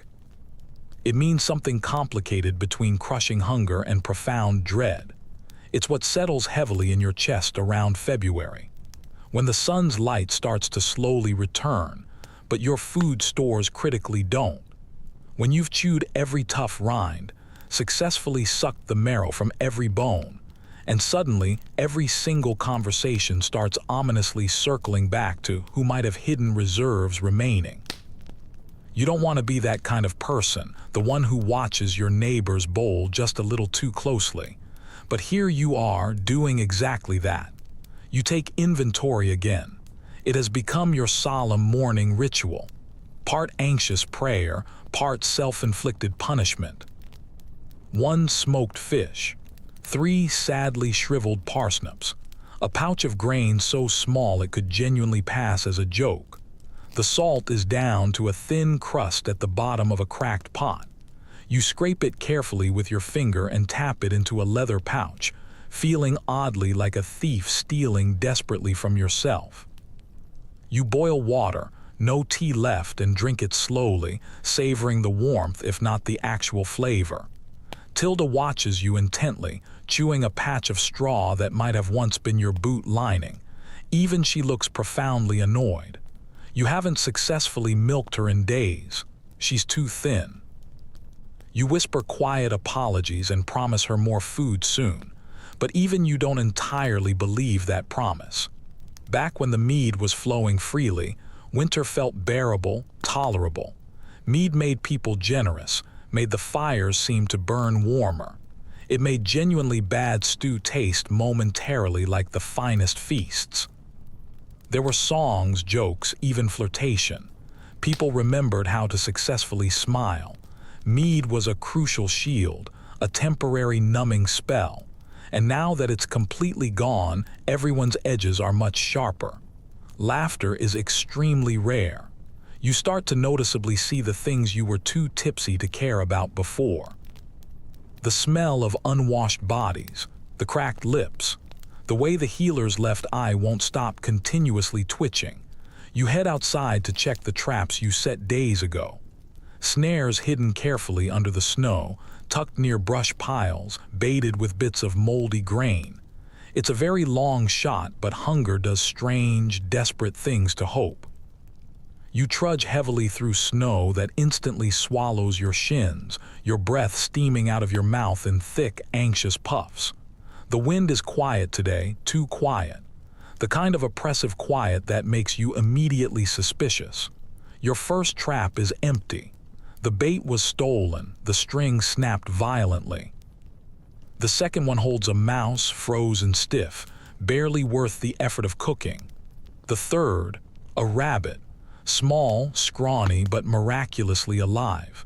When you find it, its leg caught painfully in the twine. You whisper thanks to every god you can quickly name and kill it quickly, cleanly. You're not squeamish anymore. You absolutely cannot afford to be. Back in your hut, you skin the rabbit, gut it meticulously, and drop the meat into a pot with water and whatever herbs are left. A pinch of dried nettle, some precious garlic leaves, and a scrap of dried mushroom you found last week growing on your firewood. It's not a meal, it's a complicated mirage, but it smells faintly like possibility. While it simmers, you think about last winter's mead festival. Yule, when you all gathered in the longhouse and passed around a shared, massive cup. Even the grumpiest elders eagerly joined in. There was dancing, a fiddler with only 3 fingers.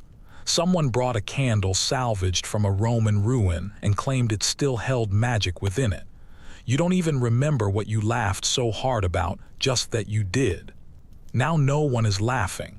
No one is even speaking unless they absolutely have to.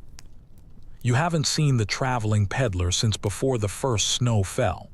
You strongly suspect he's either dead or smart enough to wait until true spring. You envy him, whichever fate it is. There's a folk tale about a terrifying ghost that visits in the absolute depths of winter. A woman in white who wanders from hut to hut, actively looking for warmth. If she finds your hearth cold, she takes something vital with her when she leaves. Your luck, your voice, sometimes even your shadow. You're not overtly superstitious, but every now and then, when you wake violently in the middle of the night to tend the fire and catch your reflection in a dark window, you wonder if she's already been inside. There's some debate among the village's older folk about whether winter was truly easier back when the Romans were here. They had wine, one insists.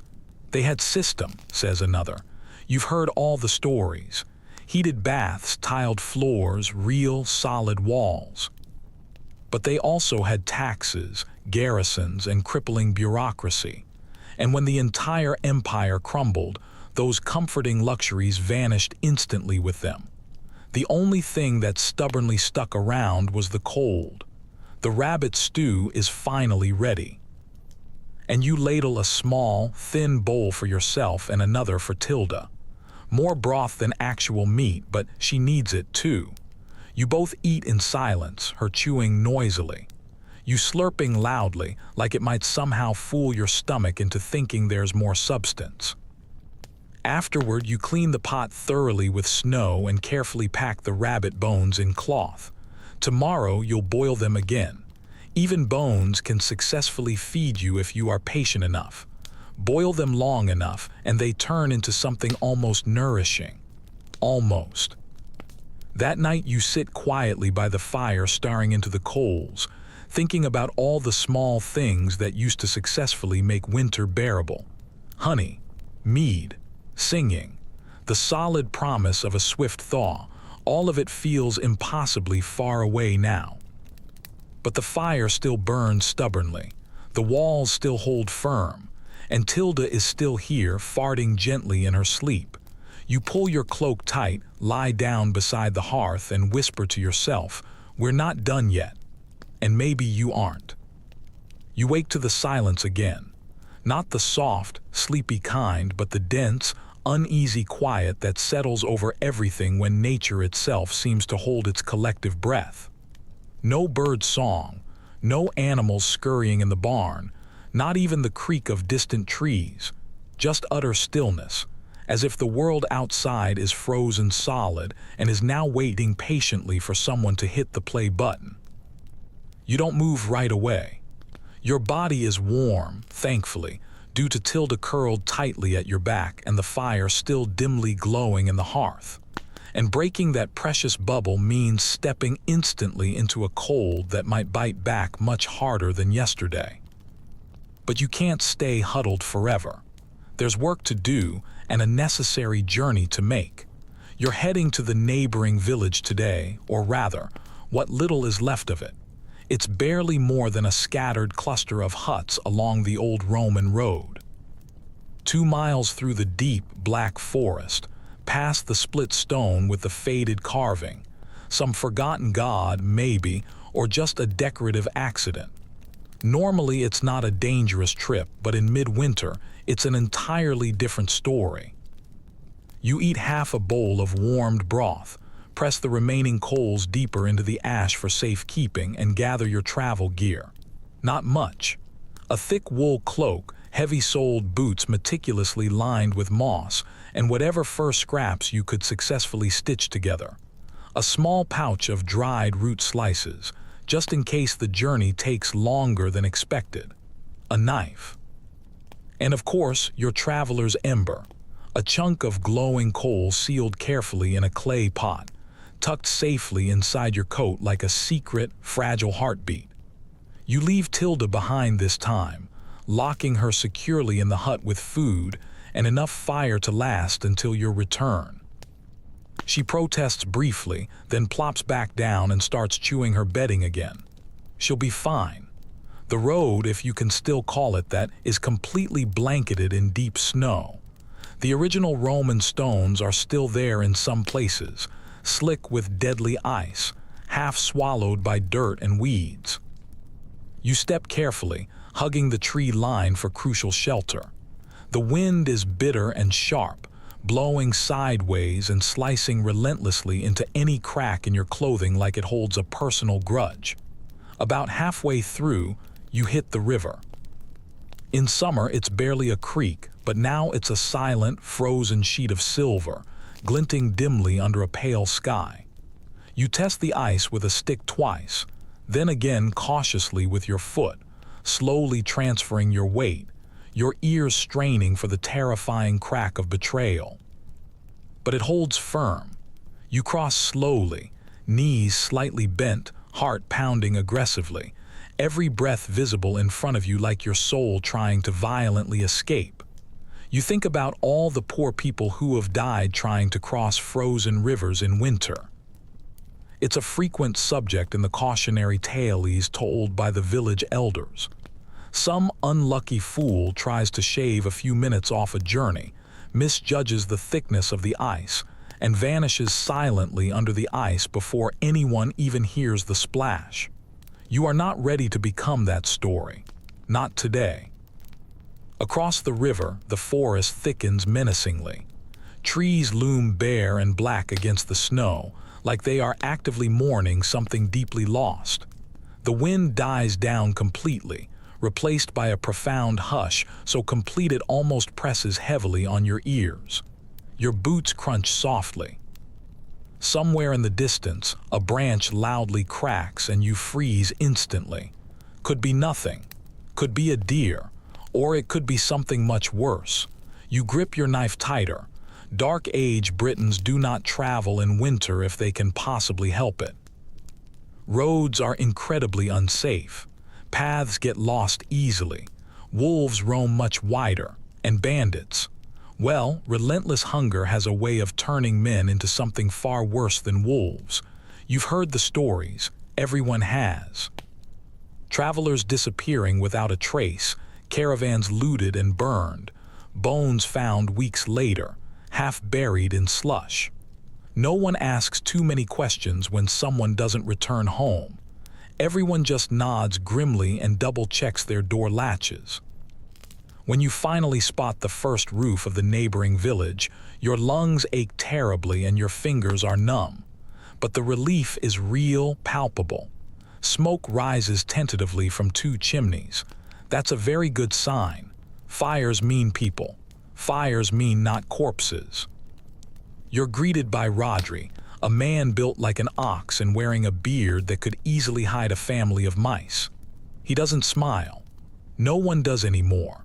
But he nods slowly and lets you inside.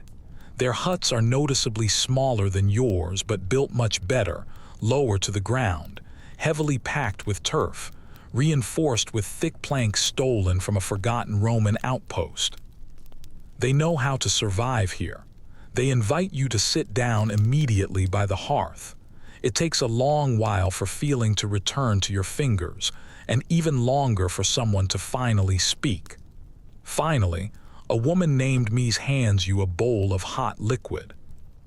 You don't ask what exactly is in it. You drink and it burns beautifully on the way down your throat. You came here desperately hopping for a trade. Dried beans or maybe salt, perhaps a bit of precious oil. But their stores are thin, too. Rodri explains they lost 2 goats last week and one of their huts abruptly collapsed under the sheer weight of snow. No one died, thankfully, but they had to instantly burn the thatch for warmth. "We're holding on," he says, his eyes dull and flat. "Just barely." You offer what little you can spare. Some rabbit bone meal, a bit of moss-wrapped coal, and a handful of dried nettle. In return, they give you 3 strips of cured meat and a square of wax cloth to help insulate your door. It's not much, but it's honest. No one is greedy here. Winter has a way of burning greed right out of you. Before you leave, Mies presses a small carved token into your hand. "A charm," she says, "to keep the river solid, to guide your feet." You don't believe in charms, but you thank her anyway and tie it securely to your belt. The return trip is much harder. The wind has picked up aggressively again. Your legs are heavy and tired, and you feel the early signs of a chill bite on your fingers, but you push through it. When you finally see your own hut again, its crooked roof, its smoking chimney, you nearly collapse from the immense relief. You stumble inside, collapse heavily next to the fire, and let the heat aggressively soak back into your bones. Tilda bleats once and licks your face quickly. You made it. No broken ice, no bandits, no ghosts in the forest.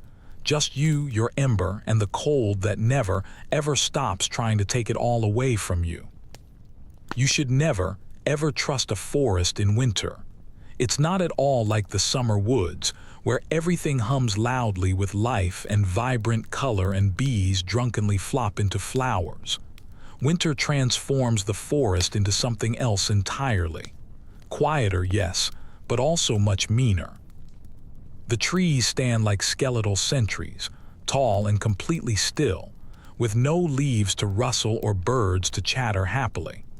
The wind moves through them in long, slow sighs, and the snow collects in deep drifts that cleverly hide rocks, treacherous holes, and whatever else might be waiting beneath. You don't just walk through the forest in winter. You negotiate painfully with it. But today, you simply have to go in. You literally have no choice left. Your firewood supply is down to one mossy lump of pine and a broom handle you've been pretending not to notice all week. The peat stash is soggy. The straw is burning too fast and too hot, and the snow has been falling so steadily that even smoke has trouble escaping the chimney. So, you do the one thing you said you wouldn't do. You grab your axe, tightly wrap your hands, and head straight for the woods. No one likes going in there alone, especially not in miserable February. It's the time of year when the hunger gets very loud. Not just your own hunger. Everything in the forest is desperate now. Foxes, crows, weasels, the occasional wild dog, and maybe wolves. People argue constantly about that last one. Some say the wolves died out generations ago, hunted to extinction, or pushed impossibly far north. Others swear they still live deep in the woods, lean and silent, waiting for a compelling reason to come closer. You don't dwell on it. You focus intensely on your steps, crunching softly through the deep snow with each cautious footfall. You carry your axe low and slow, not swinging it like a warrior, but cradling it like a precious promise. You're not here to conquer anything. You just desperately need a few dry branches, maybe some fallen logs, just enough to keep your hearth breathing for another 2 days. As you walk deeper, the sounds of the village quickly fade away. The forest absorbs everything. Your footsteps, your ragged breath, even the occasional muttered curse as you trip over a buried root. Snow falls in lazy, hypnotic spirals, soft and relentless. The branches above you creak gently. Every now and then you see a print. Animal, probably a fox. Once you spot a clear set of deer tracks, deep and clean, heading northeast. You wonder where they are going in such a rush. You wonder if they are starving too. Eventually, you find a cluster of downed branches tangled tightly around an old stump. They look dry enough to burn, but they are tangled with brambles and packed solid in ice. You set to work immediately, hacking gently with your axe, careful not to slip or strain yourself. This is delicate labor, equal parts sheer strength and patience. Every single swing costs calories you barely have to spare. You pause halfway through and sit heavily on the stump, desperately catching your breath. Your fingers are numb again, even wrapped tightly in wool and leather. You blow hard on them, flexing them until you feel the stinging return of sensation. Your stomach growls loudly. You pull out a thin slice of dried root and chew on it like a grudge. Suddenly, you hear a sharp sound, a crack behind you, a twig snapping. Not far off at all, you freeze instantly. Every instinct in your body goes completely still like a hunted animal. You turn your head slowly. Nothing, just trees, just snow. But the air feels strangely different now. Tenser, heavier. Another sound, soft, deliberate, a clear footstep. You rise slowly, gripping your axe tightly. Your heart is pounding aggressively now. You scan the tree line, your eyes straining against the white glare. You tell yourself it's just the forest, just the wind, just a deer. Then something moves. You catch it quickly in the corner of your eye. Just a flicker, a vague shape, a blur between two dark trees, and then it's instantly gone. You don't wait another second. You gather the branches you've chopped, lash them securely together with your rope, and start dragging them quickly back toward the path. Fast, not running, just fast enough to get out before curiosity gets you completely killed. You don't look back at all. You don't want to see what might actually be there. You don't want to confirm anything. Sometimes not knowing is precisely how you stay sane. It's nearly dark when you finally reach the edge of the village again. Your arms ache terribly. Your boots are soaked completely through. The bundle of wood drags heavily behind you like a carcass. Someone sees you and waves. You nod, trying hard not to show how violently you are shaking. Back in your hut, you drop the wood heavily by the hearth and fall instantly into your seat, shivering uncontrollably. You peel off your gloves, hold your raw hands to the fire and whisper, "We made it." Tilda bleats softly and nuzzles your arm affectionately. You scratch her head, grateful beyond words that she's still warm, still breathing, still safely here. You add a branch to the fire and watch it fiercely catch. The crackle is the single best sound you've heard in days. Later that night, you talk briefly with your neighbor through the thin wall, a strange custom that's developed naturally over the years. You both lean against the timber, speaking quietly through a gap in the boards. It's not quite a conversation, it's more like a shared confession. "Forest's bad today," you say quietly. "Something moving around in there," she replies immediately. You nod even though she can't see you. You know, you definitely felt it. There's a theory that the forest used to be sacred places of gods and ancestors, not places of fear. People left small offerings, gathered herbs, sang to the trees. Now they barely dare to enter them. The fear is newer, or maybe just older than memory itself. Some think the shift happened after the Romans abruptly left, when the roads crumbled and wild things took over again. Others say it's always been this exact way, that the forest was never truly a friend. You fall asleep that night with your axe safely by your bed and a torch burning low beside the hearth. Not because you fully expect trouble, just because. And in your dreams, you walk the forest again. Snow falling, branches creaking, something watching intensely from the dark. The feast is not at all what it used to be. Tonight marks midwinter's turning, Yule's brittle cousin, the night when the longest darkness finally begins to shrink, if only by a hair's breadth. In the old, distant days, it was a genuine celebration. Singing, dancing, wild, passionate stories. Every hut lit up brightly with candles and torches, warmth pouring out of every window, food piled incredibly high. They used to say the gods themselves came down from the hills on this night, trading blessings for roasted meat and a good song. Now, the gods would be lucky to get a bowl of weak broth and a tired, heavy shrug. Still, the village insists on solemnly marking the occasion. Maybe out of deep habit, maybe out of raw fear. People desperately need something to aim at, even if it's just a flimsy excuse to gather around a shared fire and pretend the world isn't constantly trying to kill them. You pull on your thickest cloak, still patched with Tilda's wool, and step out into the cold night air. Snow crunches softly beneath your boots, fresh and soft, like someone shook powdered flour across the village. The moon is low, fat, and smudged, throwing a dull silver glow across the landscape. You can hear voices already, quiet, cautious. No one yells anymore, not this deep into winter. The longhouse is half collapsed on one end, but someone's quickly reinforced it with snow-packed turf and rotting fence posts. It looks like a wounded animal crouched low under the massive weight of the season. Inside, a fire smolders steadily in the center pit, and a few people are gathered tightly around it, huddled like pilgrims around a dying god. You recognize nearly everyone. Of course you do. There simply aren't that many of you left alive. There's food, technically. A pot of gray stew made from root vegetables no one could accurately name even when they were fresh. Bits of fish. A bread loaf hard enough to be considered a functional weapon. Someone brought fermented turnip wine.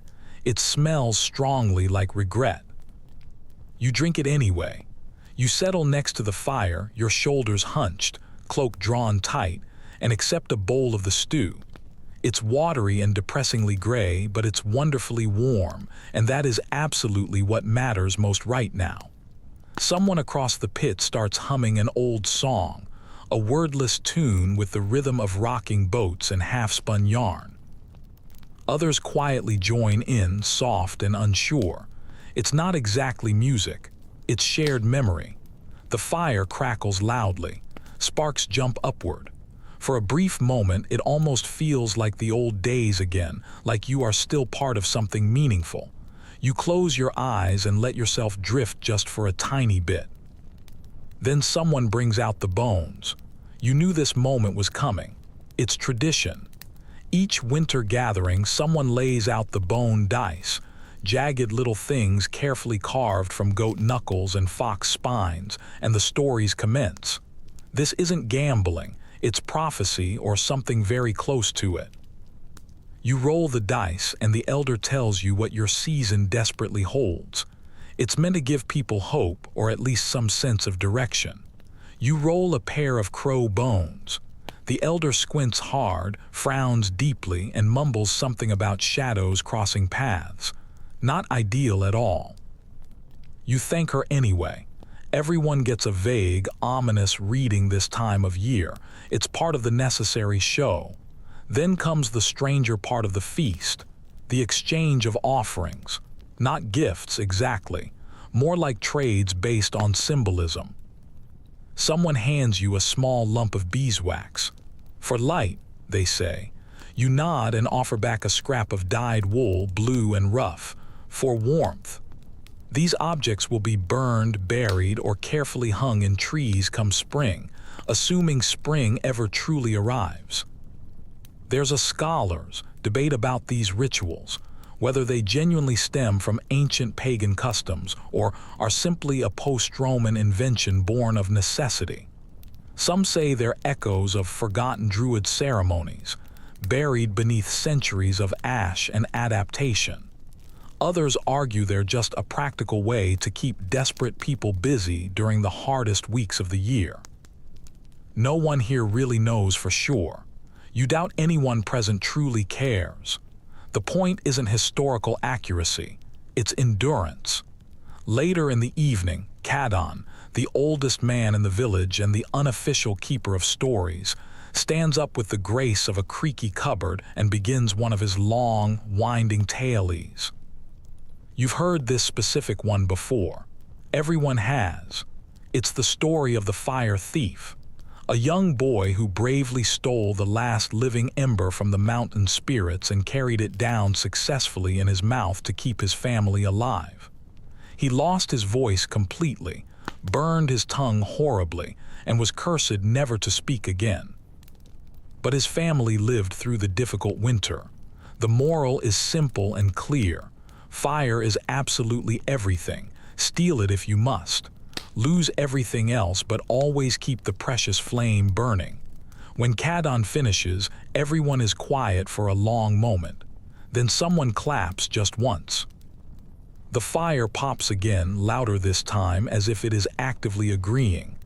A few people laugh, the kind of strained laugh that sounds like it hurts to come out. You smile faintly. You don't mean to, it just slips out. Eventually, people start to drift away, one by one. Cloaks pulled tight, heads bowed low. You help put out the longhouse fire, carefully banking the coals to save for the morning, then step outside into the biting cold. Your cheeks sting sharply. Your breath puffs out like smoke signals. You make your way back home slowly in the dark. Your footsteps muffled, your eyes half-lidded with exhaustion and turnip fumes. Inside your hut, Tilda is curled up comfortably by the fire like a queen. You give her a scratch and collapse heavily beside her.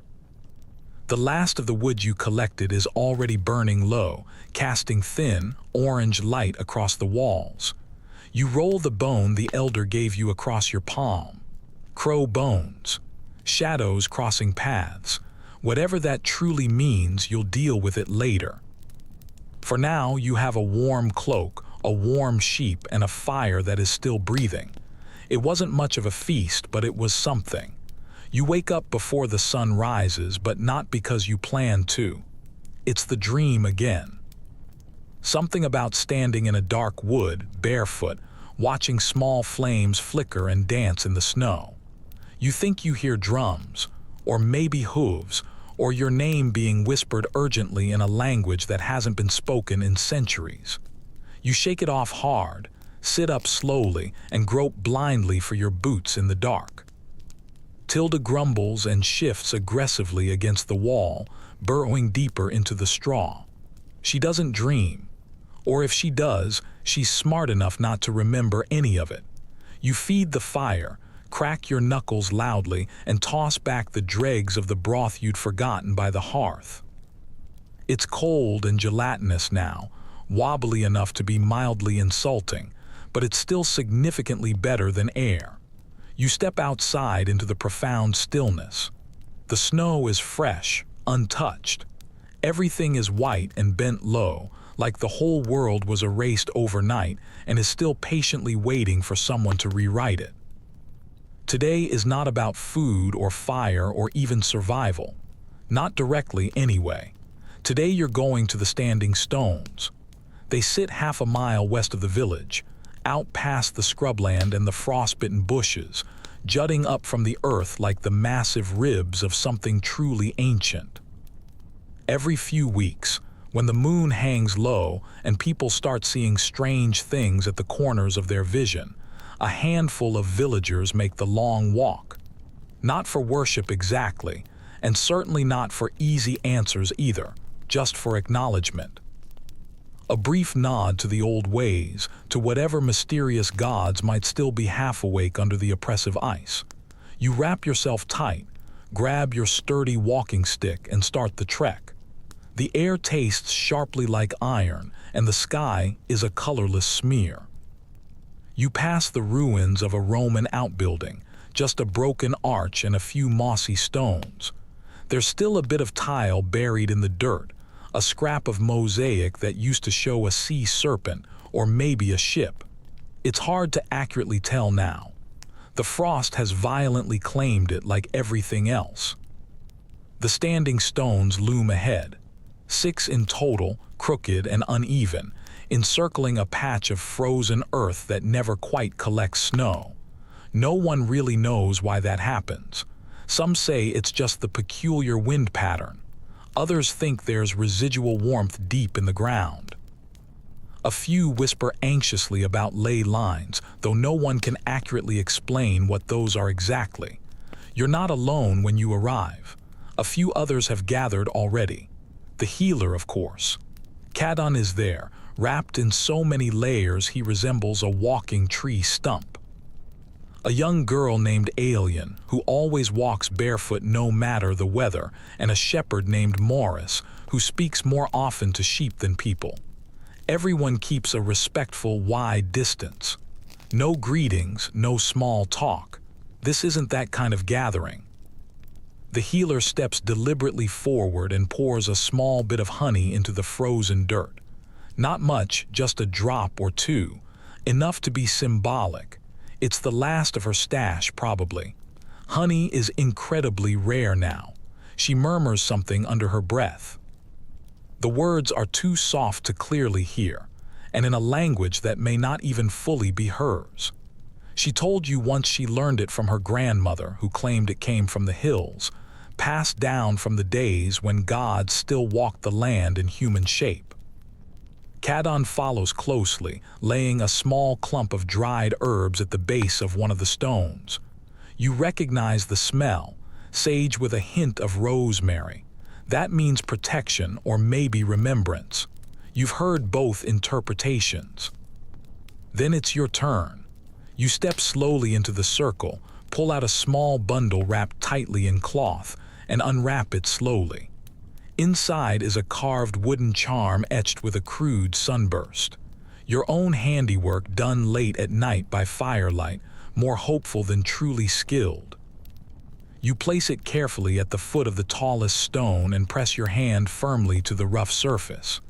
The stone is bitterly cold, hard but incredibly steady, older than memory itself.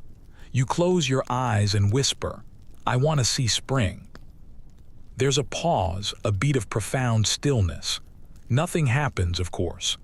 The stone doesn't glow or hum or instantly reply, but your breath doesn't freeze mid-sentence and your heart slows down a little. That's enough of a sign. You step back into the circle, and one by one everyone else does the same. Then the silence returns, deep and absolute. No one leads this ritual. No one claims authority over it. It's older than hierarchy, older than kings. And in this broken, post-Roman afterthought of a world, It's one of the very few things that still feels entirely stable and real. There's debate always about what these stones were actually for. Scholars from across the sea argue endlessly in musty halls. Burial markers, seasonal calendars, astronomical observatories. Maybe all of them at once. Maybe none of them. Maybe they were meant simply to be confusing to keep people properly humble. You walk back with Cadon, his footsteps crunching beside yours. He doesn't say much, just mutters ominously about the bones being restless and the ground dreaming of green. You nod as if you fully understand. Maybe you do. By the time you return to the village, the light is already fading again. You feel tired in a way that's distinctly different from chopping wood or hauling water. This is soul tired, ceremony tired, the kind of deep fatigue that comes from carrying your ancestors around with you all morning. You feed the fire. You check on Tilda. You rub warmth back into your feet and boil a little water just to savor the smell of the steam. Later, while you're lying in bed, you think about the healer's honey, the sun charm you left at the stone's base, the strange way the snow never quite settles inside that circle. You don't know if the gods heard you today or if the stones even noticed your fragile existence, but you spoke. You gave something away. You asked desperately for spring, and that has to count for something essential. You wake up violently in the middle of the night to a sound you'd hoped never to hear again. A howl. Not a dog, not a drunken neighbor imitating a wolf for laughs. This sound is deeper, long, low, and distant, but real enough to instantly lift every hair on your body. It slides under the door like a cold draft and coils painfully in your gut. You freeze completely, listening hard. Tilda shifts beside the fire, her ears twitching. She heard it too. The fire has burned low, the coals pooling dimly in the dark room like tired, watchful eyes. You don't move at first. Maybe it was just a dream. Maybe your ears are playing tricks on you in the silence. But then it comes again, closer this time. Another howl. This one echoing faintly off the frozen hills just beyond the village. You curse quietly under your breath and reach instantly for your axe. It's not much of a weapon, more tool than anything, but it has weight, and the handle fits your grip like a dark promise. You toss a few dry bracken clumps onto the fire. The flames stir slowly, flickering just enough to throw a warm halo across the walls. You strap your cloak around your shoulders, whisper something urgently to Tilda, "Stay, be still," and step outside. The cold punches you squarely in the face. The sky is startlingly clear, stars blazing down with their indifferent, ancient light. The moon's a sharp sliver, barely enough to see by, but you don't need much. You know your village by feel, and it's quiet, too quiet. You walk the perimeter slowly, your boots crunching the top layer of ice. A few huts show small signs of life. Thin smoke rising from chimneys. Candlelight bleeding faintly through thatched seams, but most are dark, tucked away in silence. Families inside are pretending they didn't hear the howl. Denial is a kind of warmth, after all. You pass the goat pen empty. You knew that already. The goats were slaughtered 2 weeks ago when the feed critically ran out. Still, the gate hangs open. That's new. You make a mental note to fix it at first light. By the time you reach the old watch post, a half-collapsed tower from Roman times, now used mostly for drying herbs and swearing at crows, you hear it again, much closer now. This time it's not a mournful howl. It's something heavier, deeper, a bark, loud, sharp, and suddenly too close. Your breath catches sharply. You back slowly against the cold stone wall and scan the trees. You can't see anything at all, but you feel it. Movement, eyes, a palpable presence watching you from just beyond the reach of the moonlight. Wolves are extremely rare now, supposedly extinct in Britain, driven off or hunted into myth. But every few winters, someone swears they saw one. A flash of gray fur, tracks in the snow too large for common dogs, a shadow in the woods that never ever looked away. You always assumed it was hunger-induced fantasy. Now you're not so sure what the truth is. You wait there pressed against the stone until your fingers go numb again. Nothing moves. Nothing breaks the profound silence.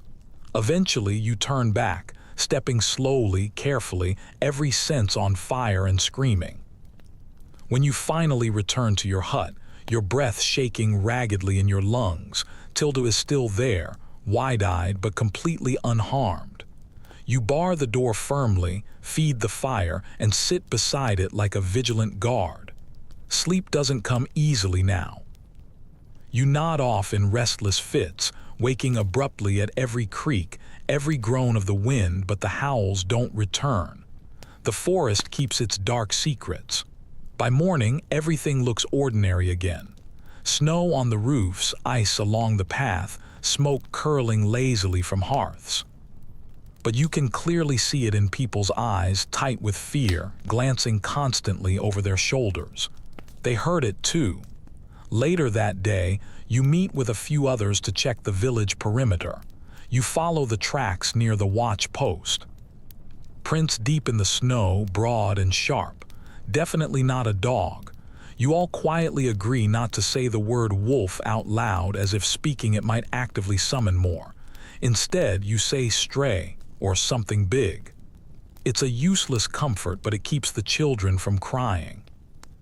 That afternoon, you help reinforce a few doors. A small group decides to rotate night watch duties. You immediately offer to take the first shift, mostly because you know you wouldn't sleep soundly anyway.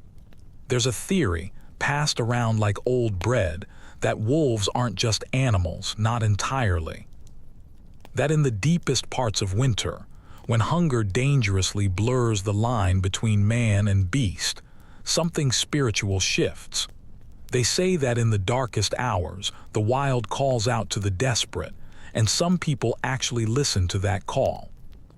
You never gave it much credence before, but after last night, you're definitely not laughing anymore. The scholar types argue about it too. Whether wolves survived longer in post-Roman Britain than official records claim. Some even suggest that the frightening stories of wolves returning each winter were merely metaphors. For what, they never say, maybe starvation, maybe fear itself. All you know is this: something was absolutely out there last night. That night, while the fire crackles softly and the snow falls slow and gentle, you carve a small charm from a bit of bone. Just something tiny, a rough sun. Something to hang over the door. Not because you truly believe it'll keep the wolves away, but because you desperately need to believe it might. Tilda sleeps soundly beside you, her body warm and familiar. You rest your hand on her back and listen to her steady breathing. And outside, the wind moans low through the trees, long and lonely, but empty of howls for now. Still, you don't let your axe out of reach. Not tonight. Maybe not ever again. Your fingers look noticeably worse this morning. Not bad enough to panic over, thankfully. No black tips, no bones showing through, but they're swollen and red, and the skin has started to noticeably crack between the knuckles. You flex them slowly, wincing as the sharp stinging starts immediately. Chilblains, probably. A few spots are raw enough to bleed slightly. You lick your thumb reflexively and rub at the worst spots, but it's more of a habit than any real remedy. The cold doesn't just bite out here, it gnaws. Silent, slow, methodical, and eventually it gets deep inside you. You sit by the fire and stare intently at your hands, feeling much older than you should. They're calloused and thick, but clumsy now. Gripping a knife has become a small, painful act of faith. You wrap them carefully in strips of wool, then old linen. You'll be slower today, that's fine. You're not in a rush to go anywhere, not after yesterday's howling. Still, you need help, so you visit the healer. Her hut smells strongly of wet earth and scorched herbs. You duck under the low arch, immediately coughing as the smoke clings tightly to your throat. She's crouched by her fire, grinding something vigorously in a wooden bowl. You never ask what it is.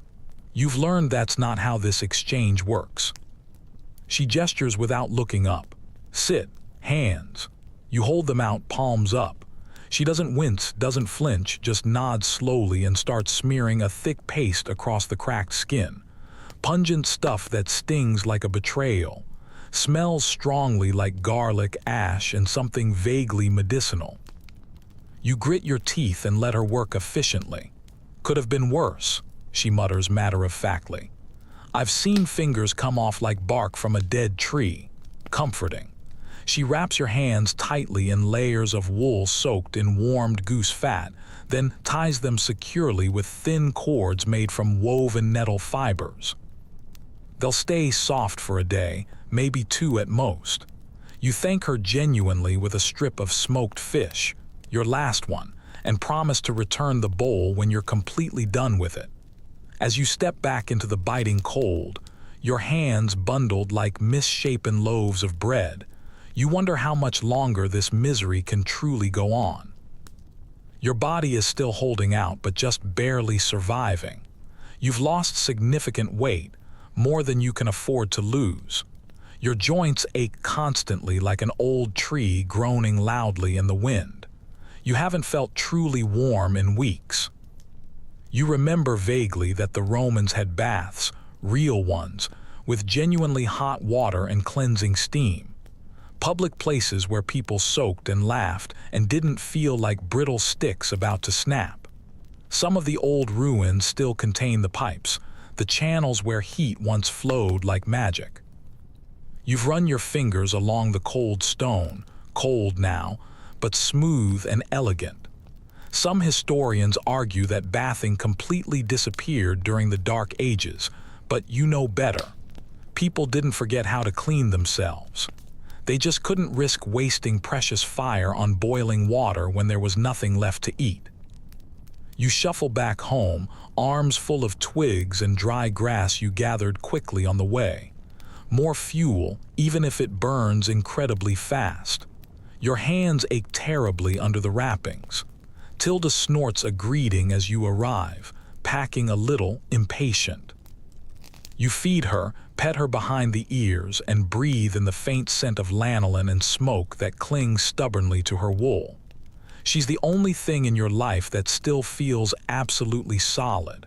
You boil water, not for food this time, but purely to warm your hands. You dip them in slowly, cringing sharply, and hold them there until the pain fades into a dull throb. The water turns slightly pink. You pretend not to notice the blood. Later, you sit by the hearth, rolling your shoulders, stretching your legs, doing the same motions you do every single day to keep the cold from settling in your bones like a curse. That's what the old woman called it once, you recall, Frost Spirit's curse. She said it starts ominously in the feet, crawls slowly up your legs, and by the time you feel it painfully in your teeth, it's already too late. You've witnessed it happen. A man's ear just fell off one morning. He didn't even feel the loss. There's no hospital here, no trained doctors, just the healer's bowls and a sharpened knife for when things tragically go too far. If something goes wrong, if an infection takes deadly hold, there's no second chance at all. There's just a shallow grave near the edge of the trees, marked with a bundle of sticks and a prayer whispered urgently into the wind. You're not there yet. You tell yourself that mantra over and over. Still, the deep fear creeps in aggressively around the edges. You find yourself meticulously checking your toes every morning, pinching your fingers, watching your skin like it might confess some horrible secret. You've learned to recognize the early signs instantly. Discoloration, a deep numbness that simply doesn't go away. That weird, dead cold feeling that seeps inward, even when the fire's roaring. And here's the strange thing. Some people don't fight it at all. When the pain gets unbearable, when their hands and feet are screaming in agony, they simply stop struggling. They lie down, curl up, let the numbness win completely. You've seen it. It's a quiet surrender, like falling into sleep, peaceful almost. But that's not your way. You're too stubbornly determined, too profoundly angry. You've worked too hard for every bite of food, every single ember you've ever successfully lit. You're not going to freeze to death in your own hearth with a sheep as your only witness. The fire crackles. The room warms. You lean back and close your eyes, letting the heat lovingly kiss your face. Your hands throb rhythmically in their wrappings, pulsing in sync with your heartbeat. You imagine blood flowing quickly again, healing, strength returning fully. It might be a lie, but tonight you let yourself absolutely believe it. Some say there are certain plants that help. Things that grow magically under the snow, hidden deep in roots and bark.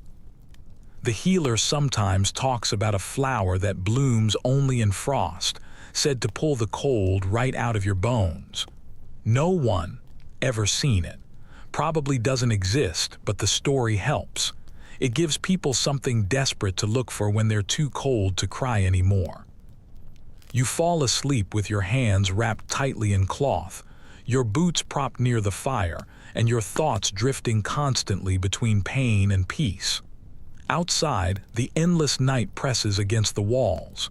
Inside, the warmth holds barely, but it holds. The kids are noticeably louder today. You hear them before you even manage to open your eyes. Shrieks of pure laughter, the unmistakable loud thump of something solid hitting snow, followed by a high-pitched, theatrical scream. You groan softly, roll over, and peek through the hide-covered gap in the door. Sure enough, a group of children are smack in the middle of the path, flinging snowballs and yelling nonsense, kicking up powder in every direction like a pack of tiny, rag-clad wolves. One of them, Mira, you think, is wearing a fur hat 3 sizes too big and wielding a crooked stick like it's a royal scepter. She's chasing 2 boys around the goat pen, giggling like someone who hasn't eaten watery broth 3 days in a row. You watch them for a moment, caught somewhere between baffled and deeply impressed. You remember what it was like to be a kid in winter, barely. Mostly just frost-bitten fingers and someone constantly yelling at you to stop chewing the firewood. But still, there were moments exactly like this.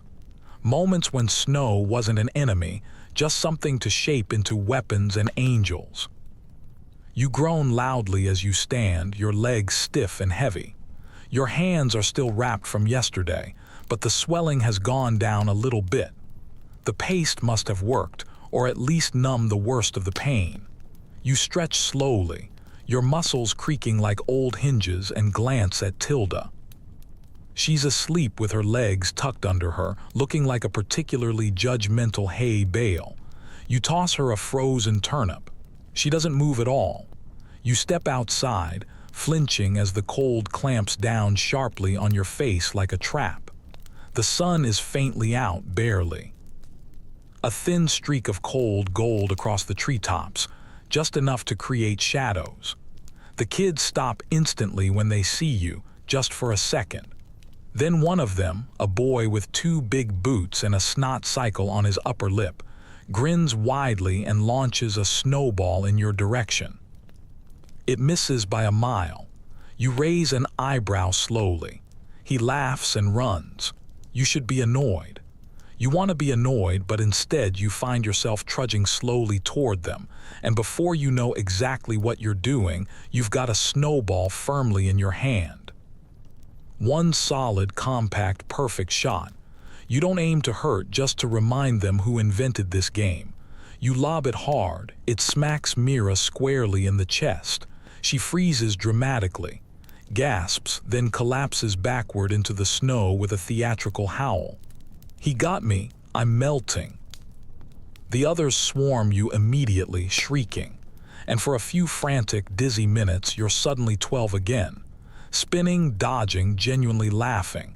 Your sides hurt. Your nose runs badly. Your hands ache terribly, but the cold is completely forgotten.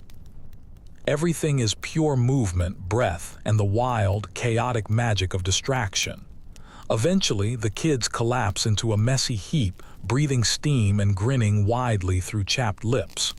You sit with them, your knees tucked under your chin, your heart pounding from the effort. One of the boys starts excitedly building a snow fort. Another carves what might be a rabbit or a vaguely embarrassed rock out of a drift. Mira declares herself the queen of winter and demands a sled made from a broken shield. Someone actually tries to make it. You don't talk much. The kids chatter enough for all of you combined. Stories about a monstrous beast in the woods, a magical tree that grants wishes, a crow that talks only in riddles. You don't correct them at all. You don't say, "Those are just dreams." Because here, dreams are armor. If they truly believe the snow is enchanted, maybe it won't freeze their fingers off completely. Eventually, someone's mother calls loudly from across the village, and the spell breaks instantly. The kids scatter like startled birds, leaving only footprints and lopsided snow creatures behind them. You stand slowly, brush snow off your cloak, and make your way back to your hut. Inside, Tilda's awake and annoyed that you left the door cracked open. You toss her another turnip. She pretends not to even see it. You sit by the fire and think about the children, about what they'll eventually remember. You wonder how many of them will successfully grow up and look back on these harsh winters, not as survival, but as chaotic play. As snow forts and imaginary monsters, you envy them deeply, or maybe you just admire them. Their stubborn ability to find pure joy in a season that has violently stolen so much. It's strange. Children don't just survive winter.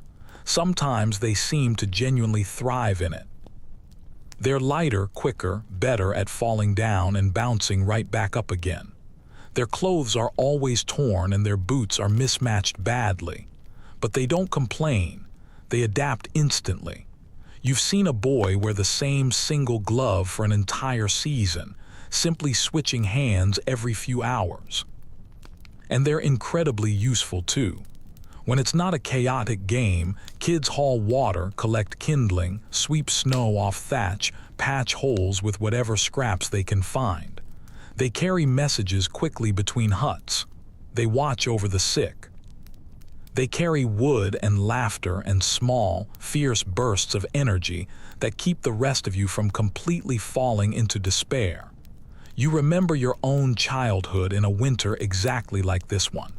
Your father carving whistles from reeds to distract you. Your mother sewing rabbit pelts into gloves, pricking her fingers raw. You didn't know how deeply poor you were. You just knew you had a warm spot by the fire and someone to sing softly to you when the wind howled too loud outside. There's an old saying, a village that keeps its children warm will never go cold itself. You're not sure that's literally true, but you like how it sounds deeply. The fire pops. You add a branch, then another. Tilda shuffles closer to the heat. You pull your coat tighter and think not about yourself, but about Mira and the others. What will they be next winter? Bigger, hungrier, wiser. There's debate always about how children were actually treated in post-Roman Britain. Some say they were viewed as miniature adults, immediately forced into labor and hardship as soon as they could stand. Others argue that children were treasured, fiercely protected, even in abject poverty. The truth is probably both. Kids work, but they also laugh hard. They are tools and treasures, just like fire, just like food. You lie down near the hearth, your hands still wrapped, your cheeks still pink from the snowball war. Outside, the snow glows pale under the thinning moonlight. Inside, you sleep with a faint smile on your face, because for a little while today, the cold completely lost the battle. You smell the betrayal before you even see it. Rot, sour, and absolutely unmistakable, curling out from under the floorboards like a whispered insult. You know that exact smell. It's the scent of spring pretending it's on its way. Not actual spring, the kind with fragrant flowers and genuine warmth and bees drunkenly bumping into things, but fake spring. The cruel trickster that shows up in late February or early March, warms the air just enough to melt the snow, and then ruins absolutely everything. You open the door and step outside, and sure enough, the snow is softer underfoot, heavy and wet. The icicles have started noticeably dripping like they're weeping tears. Puddles form in the divots in the path, dirty and glinting sadly in the gray daylight. The wind doesn't shout quite as hard, and if you really stretch your ears, you can almost hear birds, not singing, just stirring restlessly. Fake spring always begins with a smell. The earth unfreezing, mold waking up aggressively, dampness crawling back into things. It smells specifically like damp hay, old socks, and the bottom of a forgotten bucket. You wrinkle your nose hard and get immediately to work. First order of business, inventory again. You pull up the floor hatch to your food cache, and the smell doubles immediately in strength. One of the root baskets is leaking badly. You poke it with a stick. The potatoes have turned completely to soup. A yellowish, putrid ooze seeps through the straw. You gag, slam the lid shut, and sit back, coughing roughly into your sleeve. So much for that critical supply. You do the frantic math in your head. 3 good roots left. Maybe 4 handfuls of grain. A few chunks of dried meat tougher than shoe leather. That'll last you another week if you ration extremely hard and don't sneeze too close to the last oat sack. You're not alone in this desperate situation. All over the village, people are anxiously digging into their last reserves, hopping against hope to find one more smoked fish or a forgotten jar of dried greens. Most find only bitter disappointment. Fake spring doesn't just melt the snow. It melts vital illusions. It makes you intensely look. And that's where the real danger immediately starts. Not in the frost, but in the thaw. You wander out to the community smokehouse just in case. It's empty, of course. You knew it would be. Still, you poke around cautiously, hoping someone forgot a slab tucked safely in the rafters. Nothing but cobwebs and the lingering smell of old peat smoke. Outside, people move slowly, like they're walking through thick water. There's no joy in this warmer air, just intense tension. Everyone's looking at each other differently now, measuring. Who's still got food left? Who doesn't? Who's coughing too much? Who's starting to walk with that hollow, floaty look in their eyes? You pass Cadon, who sits still in the sun like a dried apple, eyes closed, lips moving silently. You hear the word mud more than once. That's how you truly know it's really almost over. The return of the mud.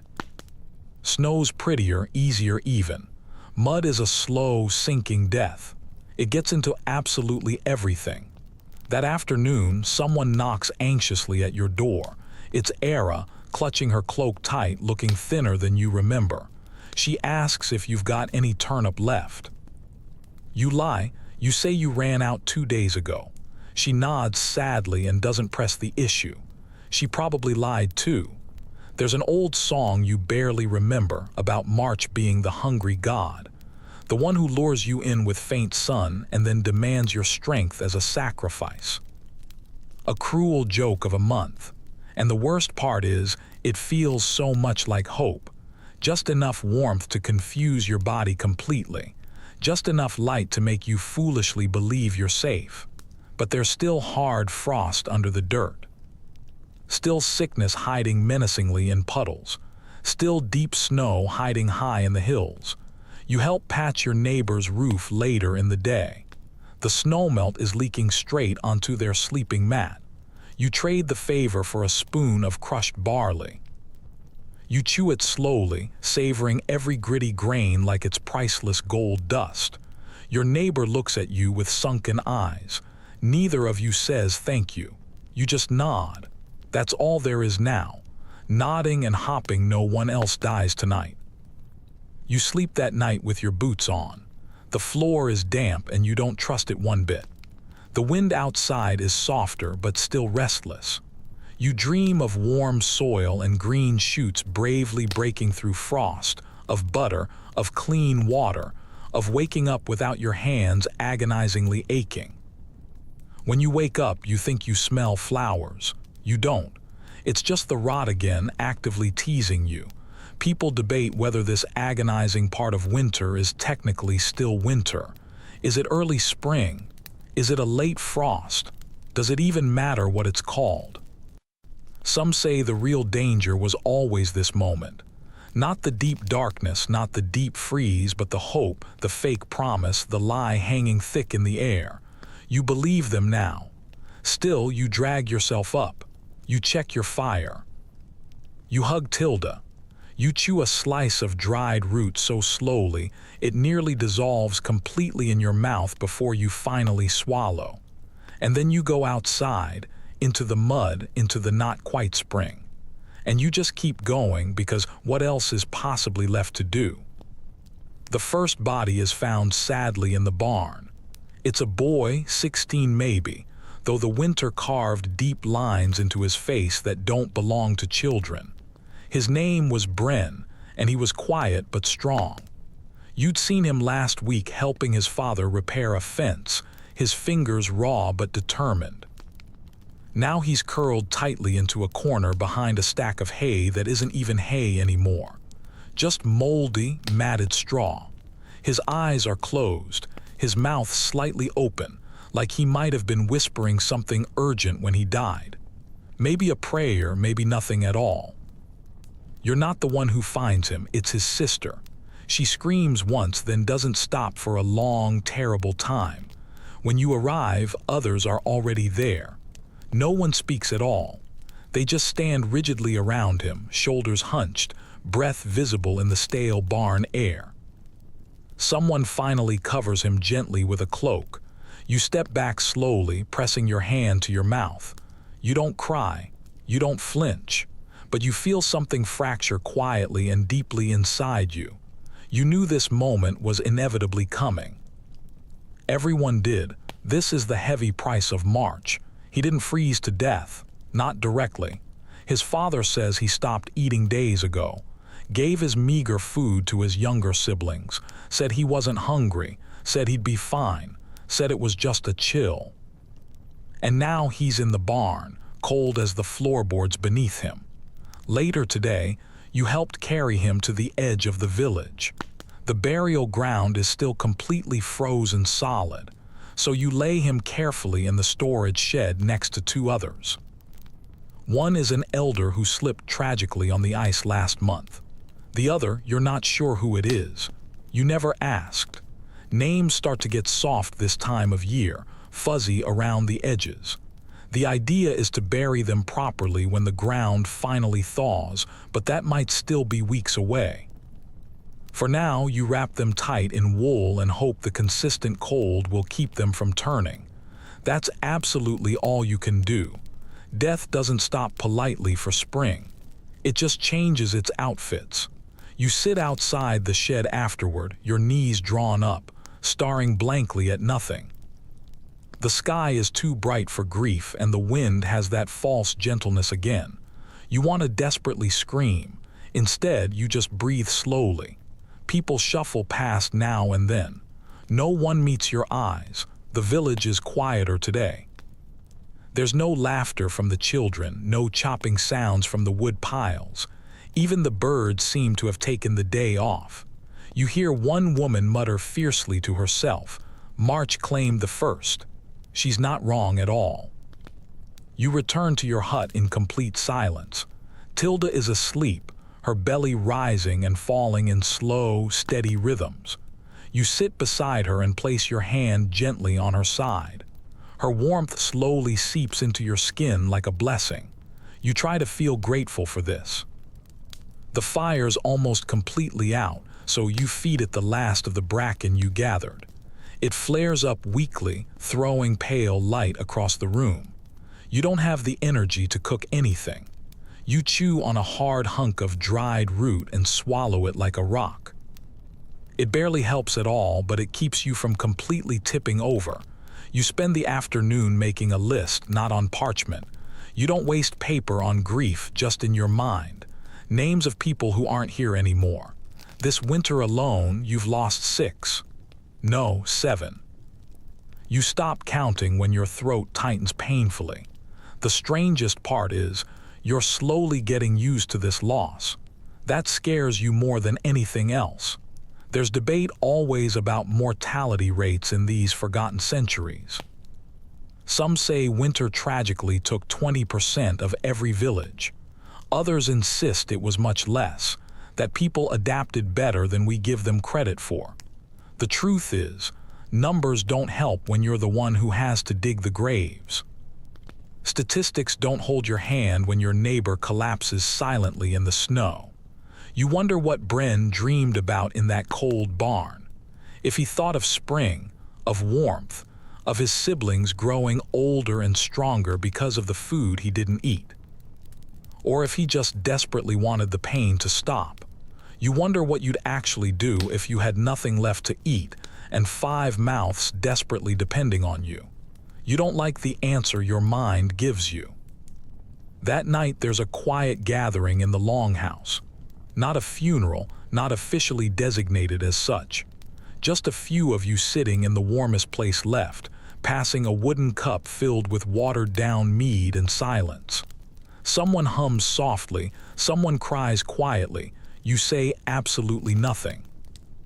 Words aren't strong enough right now. Eventually, Cadon clears his throat loudly and says, "He was brave." It's not enough of a tribute, but it's undeniably true. You walk home under a sky smeared with brilliant stars. Your boots crunch over slush and dead twigs. The frost has returned, biting sharply at your face like it never left at all.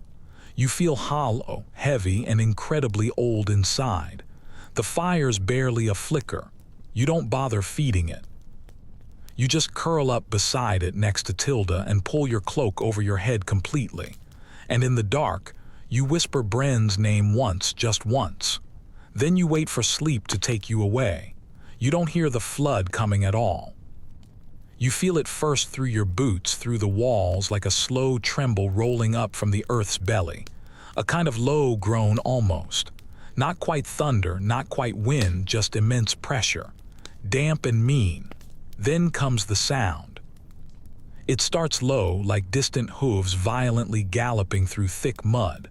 Then louder, louder still, until the noise crashes into your ears all at once. A wet, snarling roar, water moving fast, hungry. You're instantly on your feet before your thoughts can even catch up to the danger.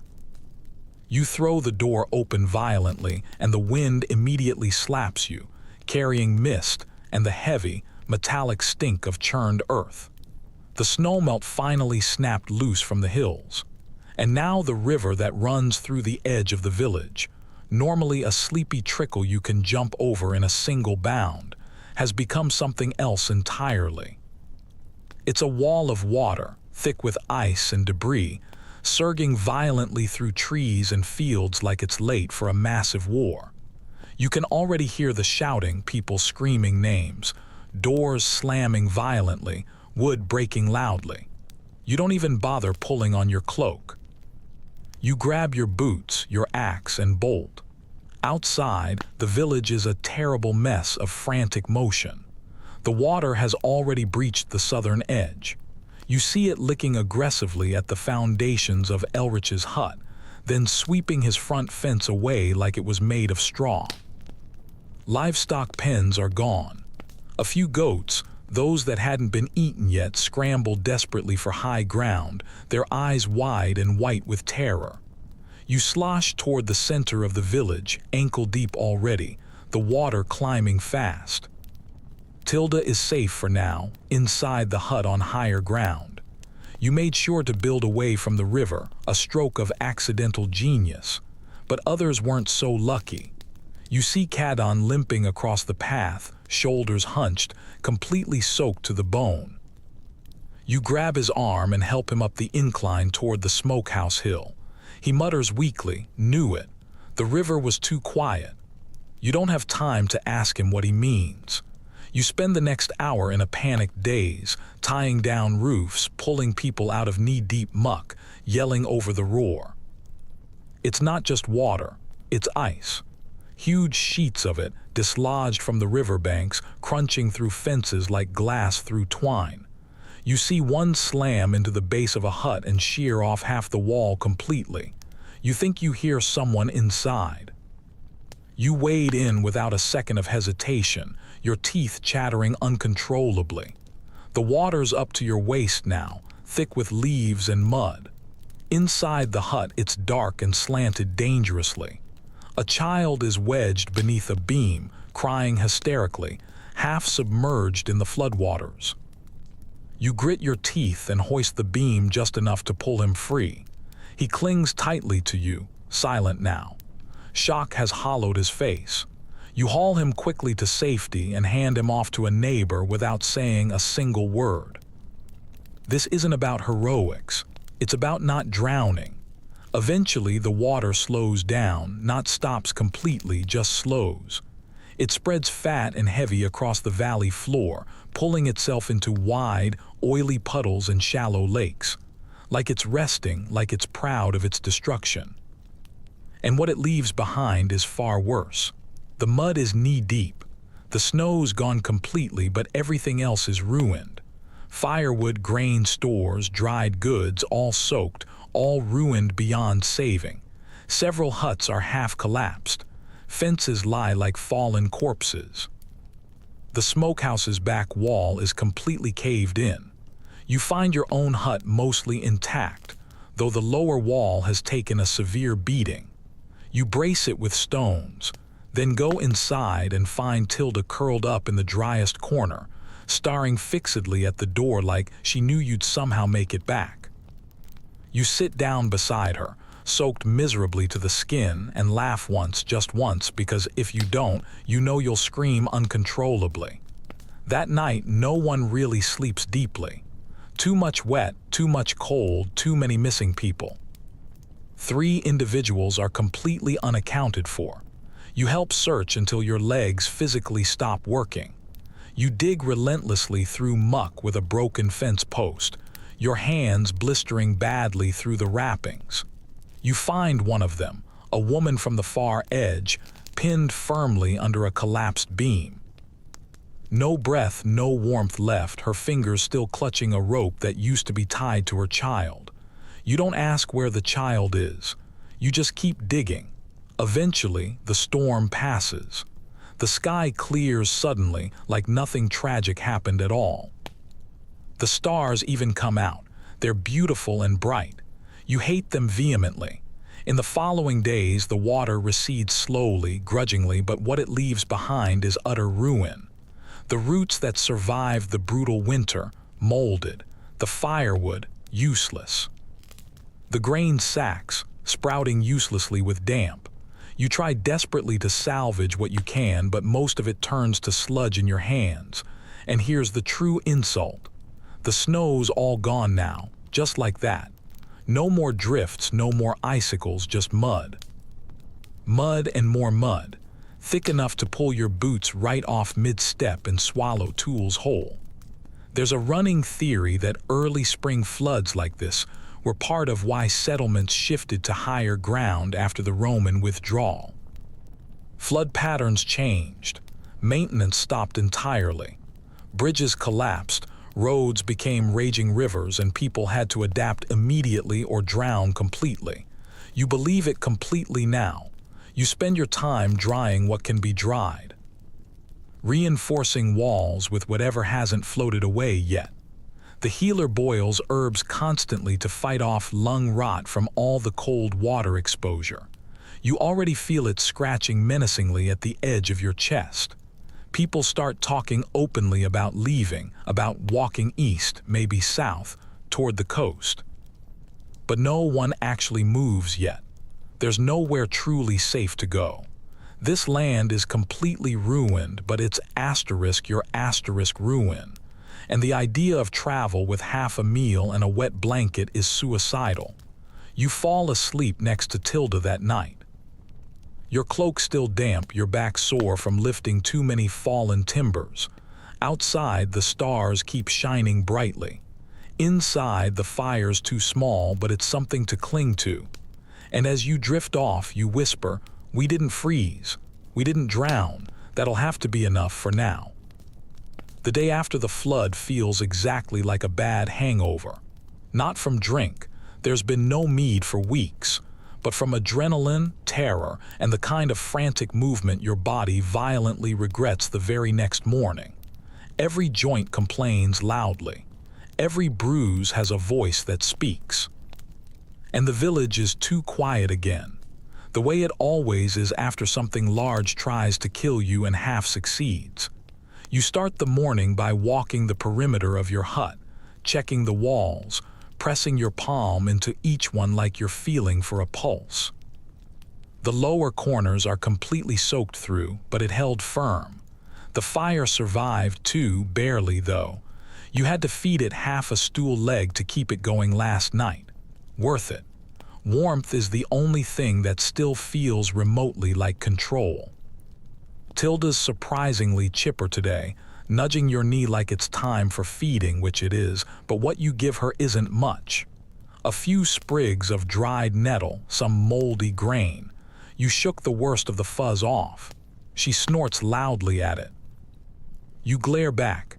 "We're all suffering here, Your Highness." Outside, the muck is somehow far worse than yesterday. The snow's gone, but now the earth is soft and bitter. A thick soup of mud, melted ice, and pure disappointment. You step in it and feel the sucking sound echo up into your soul. You walk carefully, slowly. You've already seen 2 people fall completely in. One up to the knees, another who lost a boot so deep you joked it went straight to the underworld. They didn't laugh, understandably. But you're not out here for entertainment.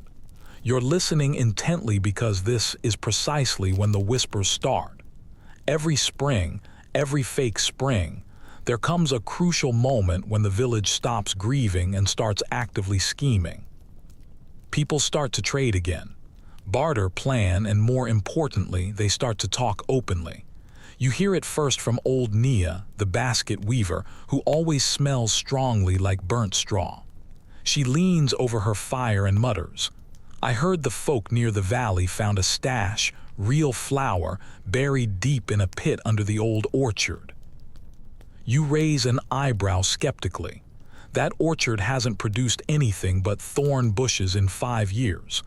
"A man passed through last spring," she continues, "said there are growing greens down south already, swore on his life. Might be worth going that way." You ask her what exactly happened to the man who swore on his life. She says nothing, just shrugs slowly. But the best source of all is the Whisper Network. You know exactly what it is, even if no one calls it that name. It's the invisible threads between neighbors, the slow, cautious exchange of secrets in shared work and quiet corners. The girls who pass firewood and gossip in equal measure. The kids who eavesdrop constantly on their parents and pass the details off in exchange for a strip of dried bark to chew.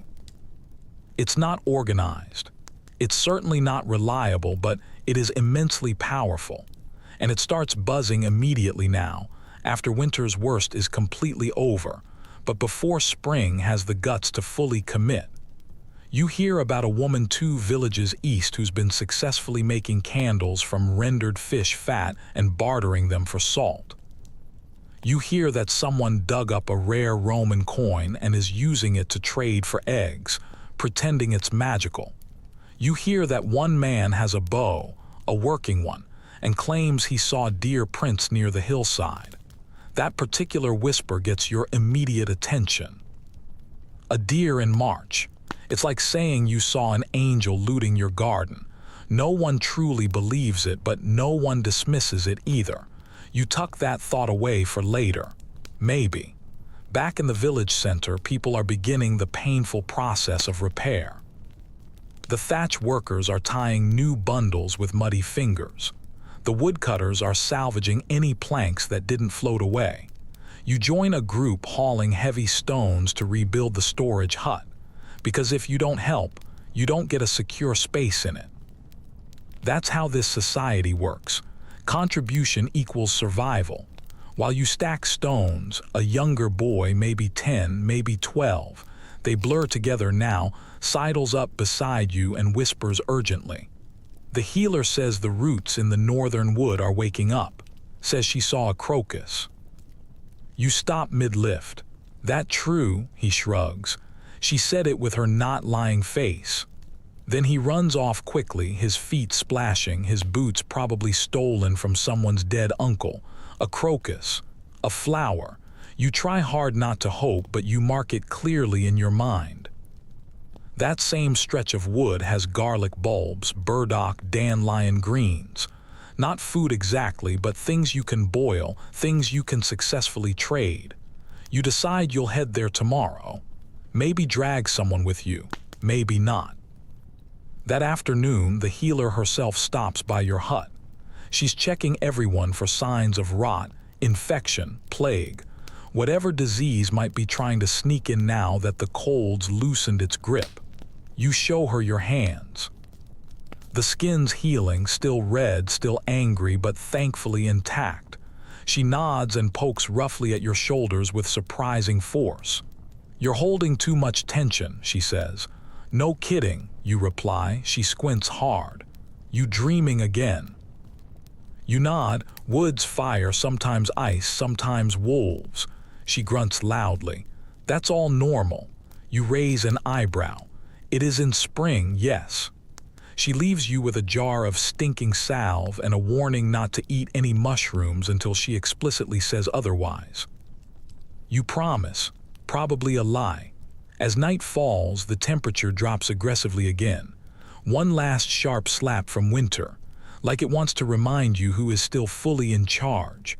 You bank the fire, tuck Tilda under a pile of old cloaks, and sit beside the hearth with your thoughts swirling.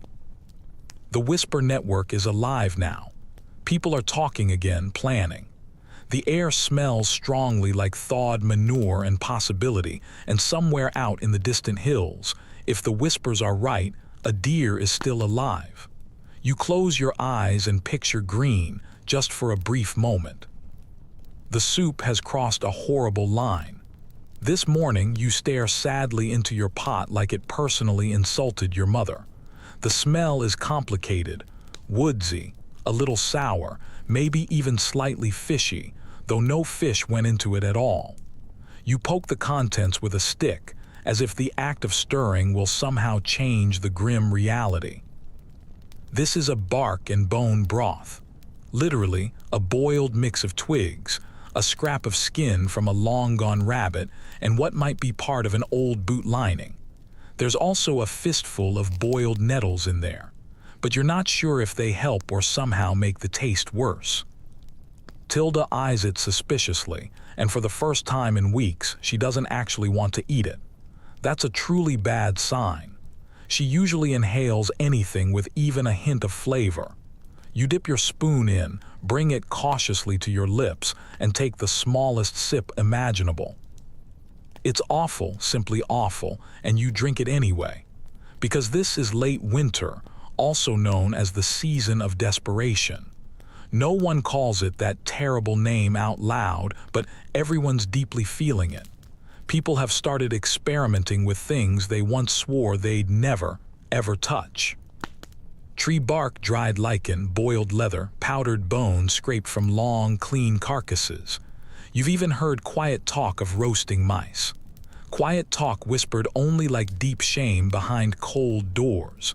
You don't judge them at all. You can't afford to. You're on your third bark stew this week. You remember the first time you saw someone boil bones twice. It seemed completely insane, like squeezing water from a stone. Now you're the one doing it. Scraping, cracking, prying out anything soft enough to chew or melt into broth. even if it gives you splinters painfully in your teeth. There's a saying Cadon used to mumble. In March, you eat memories. At first, you thought it was just poetic nonsense, but now it makes painful sense. Every meal is a vivid memory of something that used to be food. That root you found used to be a carrot. That broth used to be meat. That brittle strip of fur used to be your hat lining, but now it's breakfast. You visit the storage hut again just in case.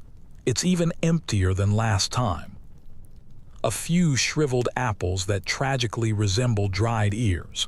One cracked pot with fermented grain that smells like foot sweat and vinegar. A single lump of something gray that might be cheese. No one claims it. You don't touch it yet. You successfully trade with Mira's mother. 2 lengths of woven nettle string in exchange for a small onion, wrinkled but whole. You almost cry when you bite into it raw. The sharp burn, the pure flavor, it feels like something real and substantial. You stash half to boil later. The other half you savor slowly like it's a magnificent feast. In the distant woods, the foragers report that wild greens are very close. Buds are forming, but they're not edible yet. Too bitter, too tough. If you eat them now, you'll be dangerously sick. That's the cruel joke of the season. Everything is almost alive. The ground is almost soft. The buds are almost ready to burst. Your food stores are almost completely gone. In a few short weeks, there will be dandelions, young garlic, tender leaves. But now there's bark soup.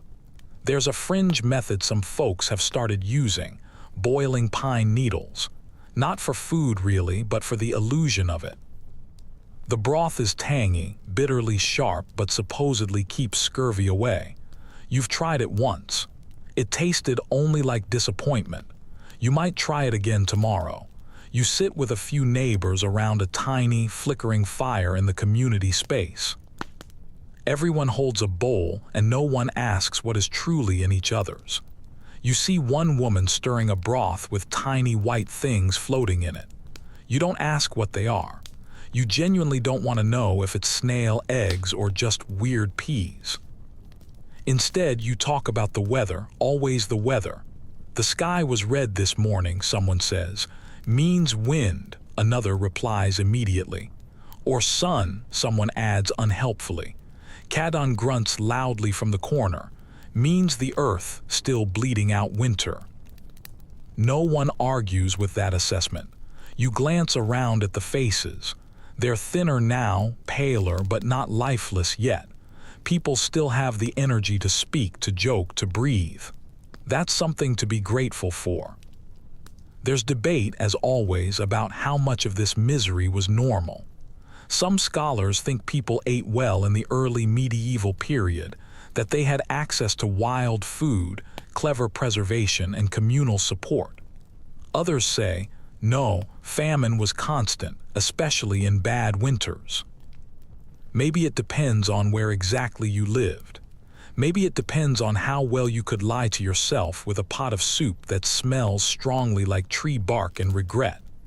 At home, you boil your onion half with nettle, old bones, and a few slices of dried mushroom you found under a log. The soup is better this time. Not good, but definitely edible. You share a bit with Tilda, who slurps it like a queen, then curls up immediately against the hearth. You sit by the fire, slurping from your bowl, holding it tight like it might run away. You close your eyes and vividly imagine a roasted chicken. Skin crackling, steam rising from fresh bread, honey dripping from your fingertips. You can almost taste the impossible meal. You chew your bark soup and call it chicken instead. It helps a little. You fall asleep that night dreaming of wild greens, of fat rabbits and precious salt, of spring rains that will finally wash the hunger away. And in the very back of your mind, a small voice whispers, "You're almost there. Almost." It starts with a drip, one soft, slow patter somewhere directly above your head. You crack open one eye groggy. your cheek still pressed to the edge of your cloak. Drip. There it is again. You sit up slowly. Your bones ache, but not with cold this time, just stiffness. The kind that comes from sleeping too long in the same curled position, like a root wrapped around a rock. You glance toward the roof and spot it. A thin trickle of water creeping down the inside of the wall and landing with a tiny splat in the dirt beside your fire. You've seen this before, but not like this.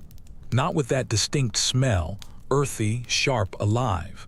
Not with a light that filters through the cracks in the thatch, warm and golden, real. You step outside and blink hard. Everything's completely different. The sky is blue, not gray blue or winter blue, but true blue, the color of old paintings and summer stories. The air smells strongly like turned soil and wet bark. The snow is completely gone. All of it, not even slush remains, just damp patches in the mud. And the mud itself is soft and dark, clinging tightly to your boots like a promise. You feel it before you actually see it. Warmth. The sun is actually touching your skin. You stand there rigidly in the center of it, your arms limp at your sides, lips parted like a priest witnessing a miracle. After absolutely everything, after the hunger and the floods and the howling and the rot, you are standing in full sunlight. You lift your hands and squint up at the sky, half expecting the clouds to slam shut like a trapdoor. But they don't move. The thaw has arrived. Not a trickle, not a tease, a true thaw. The trees are still bare, but their branches are slick with moisture, dripping like old men shaking off a long bath. Patches of green dot the ground now. Small but incredibly stubborn little shoots pushing up bravely through the muck. Heads bowed low like monks rising in prayer. Around the village, the mood has visibly shifted. Not joy, not yet, but movement. People are doing things again, mending fences, clearing debris, airing out blankets that smell like 6 months of concentrated smoke. Kids chase each other barefoot through the mud, slipping, falling, shrieking happily. Someone's already started diligently digging a garden bed, though the soil's still half frozen 3 inches down. You take your walking stick and head toward the northern edge of the woods, the place the Whisper Network said was stirring to life. And for once, the rumors were absolutely right. The ground is soft underfoot, covered in last year's leaves and this year's profound promise. You find the crocus first, just like the healer said. A single brave petal, violet and ridiculous, blooming proudly in a patch of moss. You kneel in front of it, not touching, just watching intently. It doesn't know what it survived. It doesn't need to know. Further in, you spot clear green shoots, garlic, dandelion, wild mustard. Not food yet, but incredibly close. A few more warm days, and you'll be able to harvest enough to flavor broth, to trade, to truly hope. You dig around gently with your hands, your fingers black with mud, and pull up a small clump of chickweed. It smells strongly like grass and sharp water. You tuck it carefully into your satchel like a treasure.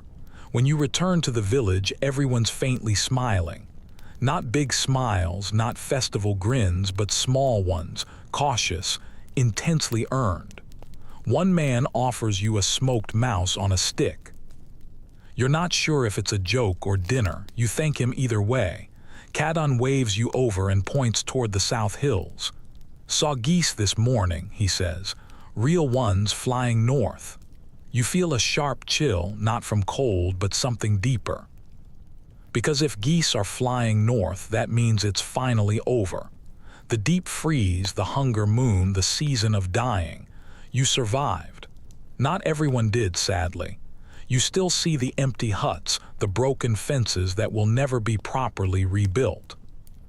There are fewer voices in the village now, fewer fires burning, but the ones that remain are stronger, sharper, ready.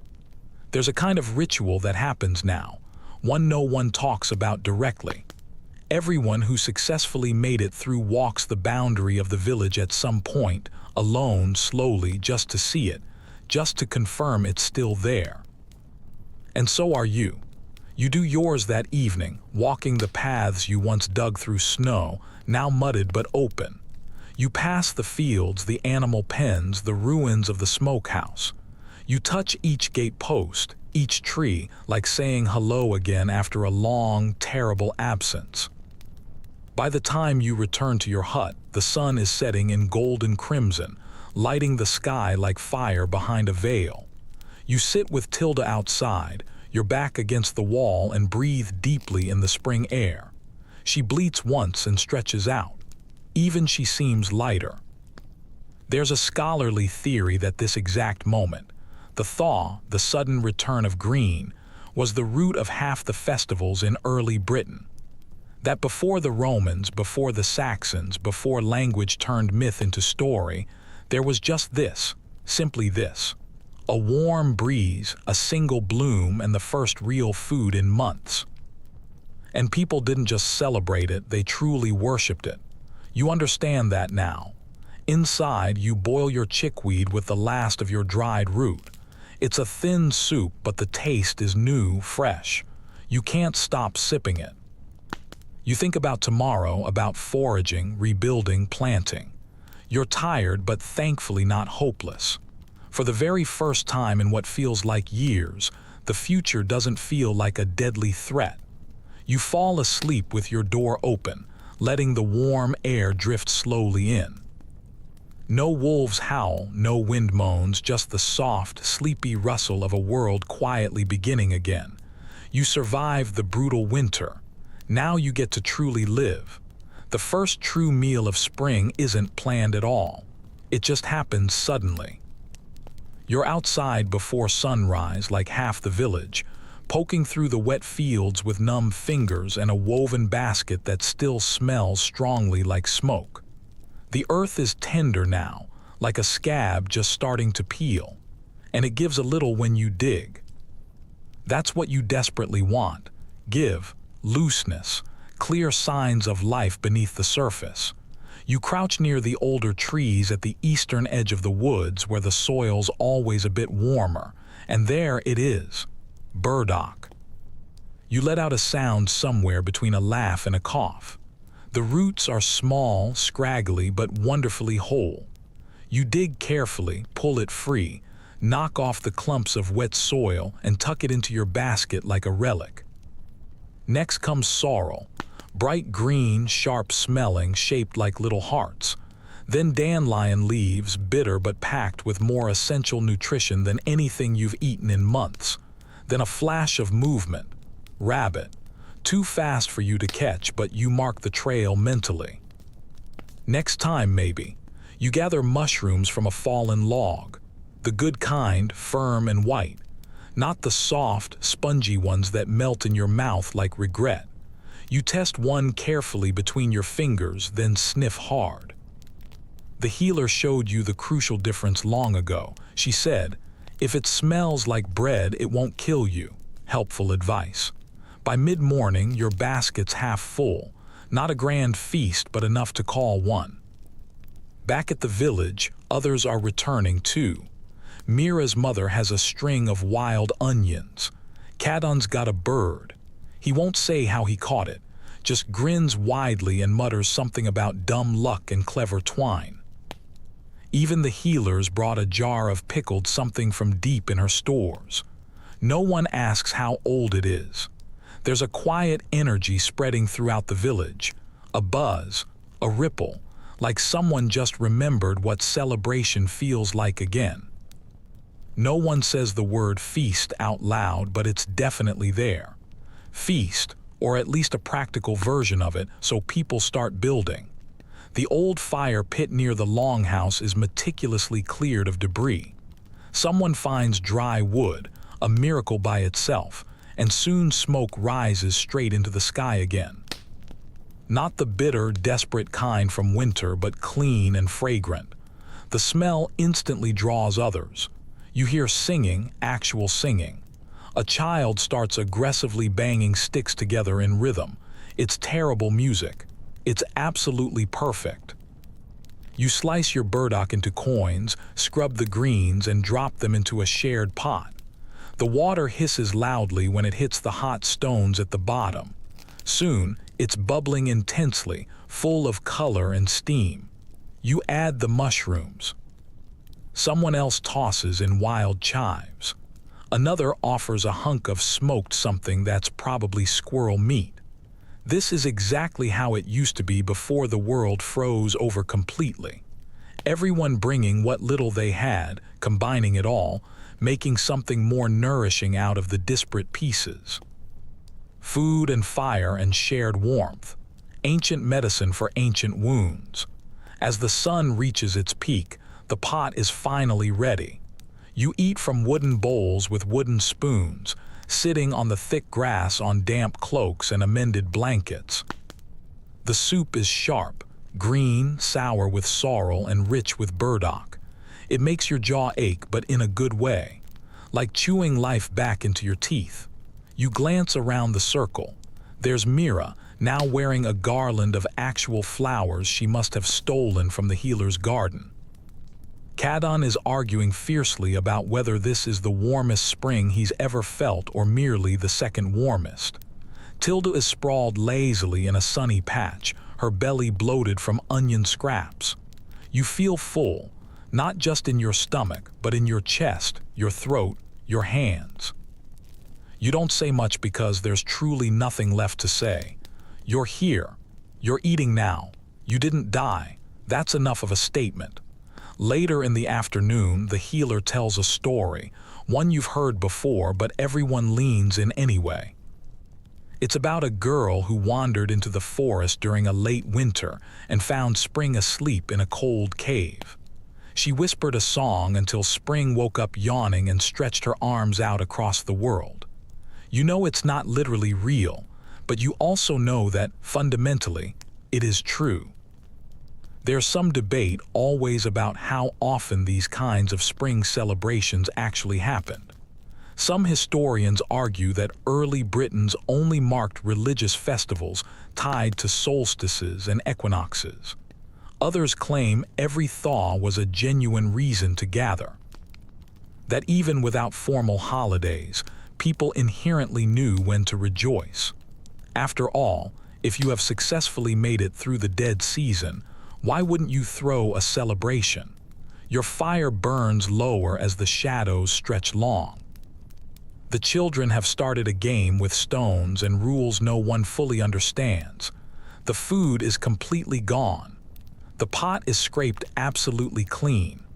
A dog, no one knows whose, runs in lazy circles around the gathering, its tail wagging like it knows something crucial you don't. You close your eyes for a moment, leaning back on your elbows, letting the sun warm your face. It's not hot yet, not truly, but it's consistent, steady, sunny. You don't have to huddle anymore. You can finally rest completely. And as you lie there, letting the sounds of laughter and wind and crackling fire gently wash over you, you realize something surprising. You're not just surviving anymore. You're truly living. Slowly, cautiously, but undeniably living. There's still immense work ahead. Crops to plant, tools to repair, roads to clear. But today isn't about that overwhelming work. Today is about soup and sunlight and powerful stories. Today is about clearly showing winter that it utterly failed to win. You sit up again, watch the smoke rise straight into the brightening sky, and whisper a quiet thank you to the healer, to the trees, to the sun, and to your own stubborn, beating heart. Then you stand, stretch your arms high, and start helping clean the bowls because tomorrow's coming, and you will be ready for it. You don't even notice the first flower bloom until your foot nearly crushes it. You stop mid-step, wobbling slightly, and look down at the little thing. Pale yellow, trembling gently in the breeze, tucked tightly between two stones like it is actively hiding from being noticed. A primrose. You crouch down slowly, touch it cautiously with one finger. It bends, bows politely, then stands right back up again. resilient as anything you've witnessed all winter. It's strange how much that single small flower affects you. You feel it deep in your chest, in your spine, in the back of your throat where the tears used to live during the hardest nights. You don't cry, not exactly, but your breath catches sharply. You're not sure if it's relief or deep awe or just the sheer disbelief that something so delicate could come out of the same ground that tragically buried your neighbors only weeks ago. Spring isn't subtle anymore. It's not whispering or teasing you with false promises. It's shouting loudly now in color and warmth and frantic motion. Birds have returned in full force, bickering constantly in the trees, flitting rapidly from branch to branch like they own the entire place. Bugs buzz around in lazy, drunken loops. Even the air feels thicker, not with smoke or rot, but with possibility, with pollen, with life. The village has completely transformed. Where there were skeletal fences, there are now bundles of reeds and bark being intricately woven into new ones. Where roofs sagged dangerously under snow, fresh thatch is being laid in clean, even rows. The healer is diligently organizing a new herb bed, muttering constantly about rotations and drainage. Children are digging enthusiastically in the dirt, not out of boredom, but because they desperately want to grow things successfully. Seeds are being traded like precious coin. A single pea can now fetch a tool handle. Beans are worth more than iron. You're out in the field, diligently breaking up the earth with a borrowed hoe.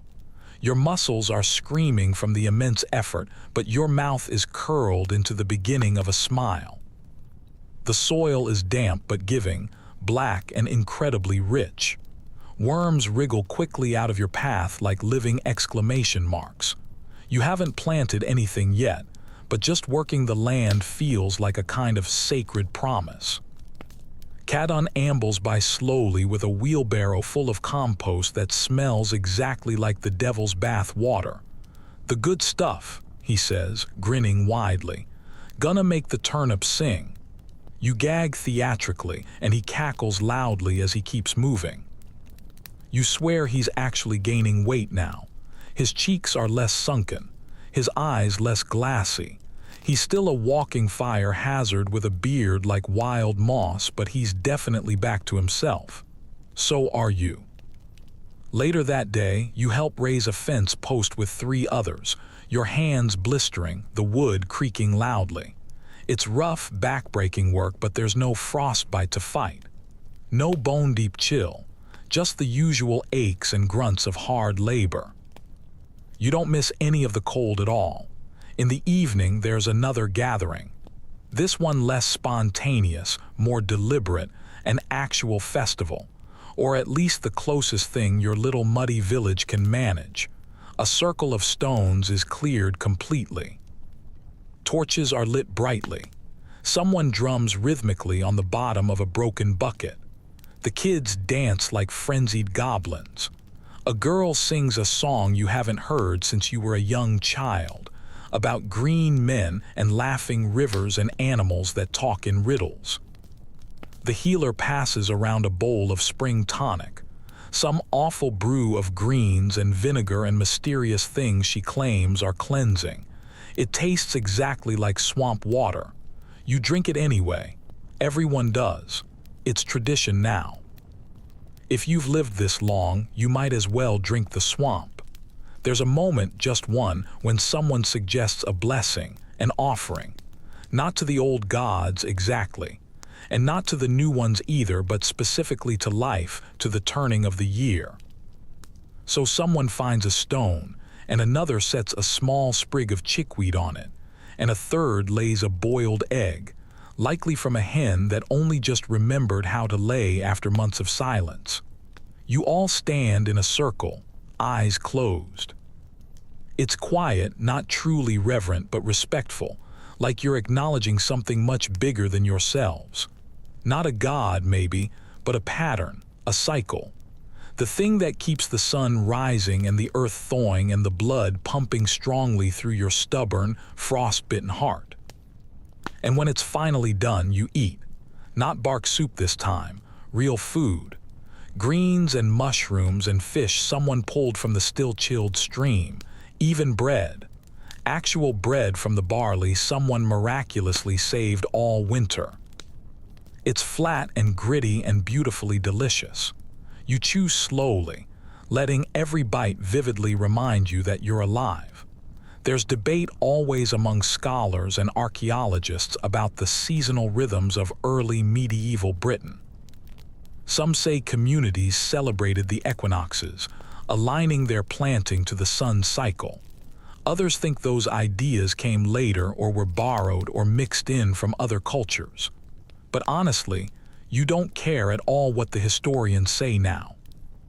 Because here, in this moment, you know what truly matters. The turn of the season, the first flower, the soup that doesn't taste like desperation, the laughter that comes without apology or fear. This is older than books, older than kings. This is survival profoundly celebrated. You end the night sitting by your fire with Tilda, watching the sparks climb rapidly into the night sky. The stars are clear now, not hidden by smoke or storm. The moon is a sickle, sharp and watchful, and for the very first time in months, you feel safe enough to take off your boots before you sleep. Tomorrow, the real true work begins. Plowing, planting, mending, storing food. But tonight is a punctuation mark, a full stop. After a long, grim sentence, it is the end of the season of loss. You lie back on your mat, your arms behind your head, and close your eyes. You made it. And now, finally, you get to live again. So here you are at the tail end of the season you truly didn't think you survive. Still standing, still breathing, and somehow a little bit stronger than when it all began. Your hands are rougher, your boots more patched, your stomach may be a little flatter, but your fire is warm. Your sheep is fed, your garden is waking up, and your village, though scarred, still hums with life. You lean against the doorframe of your hut one last time, watching the sun stretch longer across the field each day. The soil smells rich again. The birds sound like they truly mean it, and the trees are starting to whisper in leaves instead of bare branches. Even the wind has changed its aggressive tone.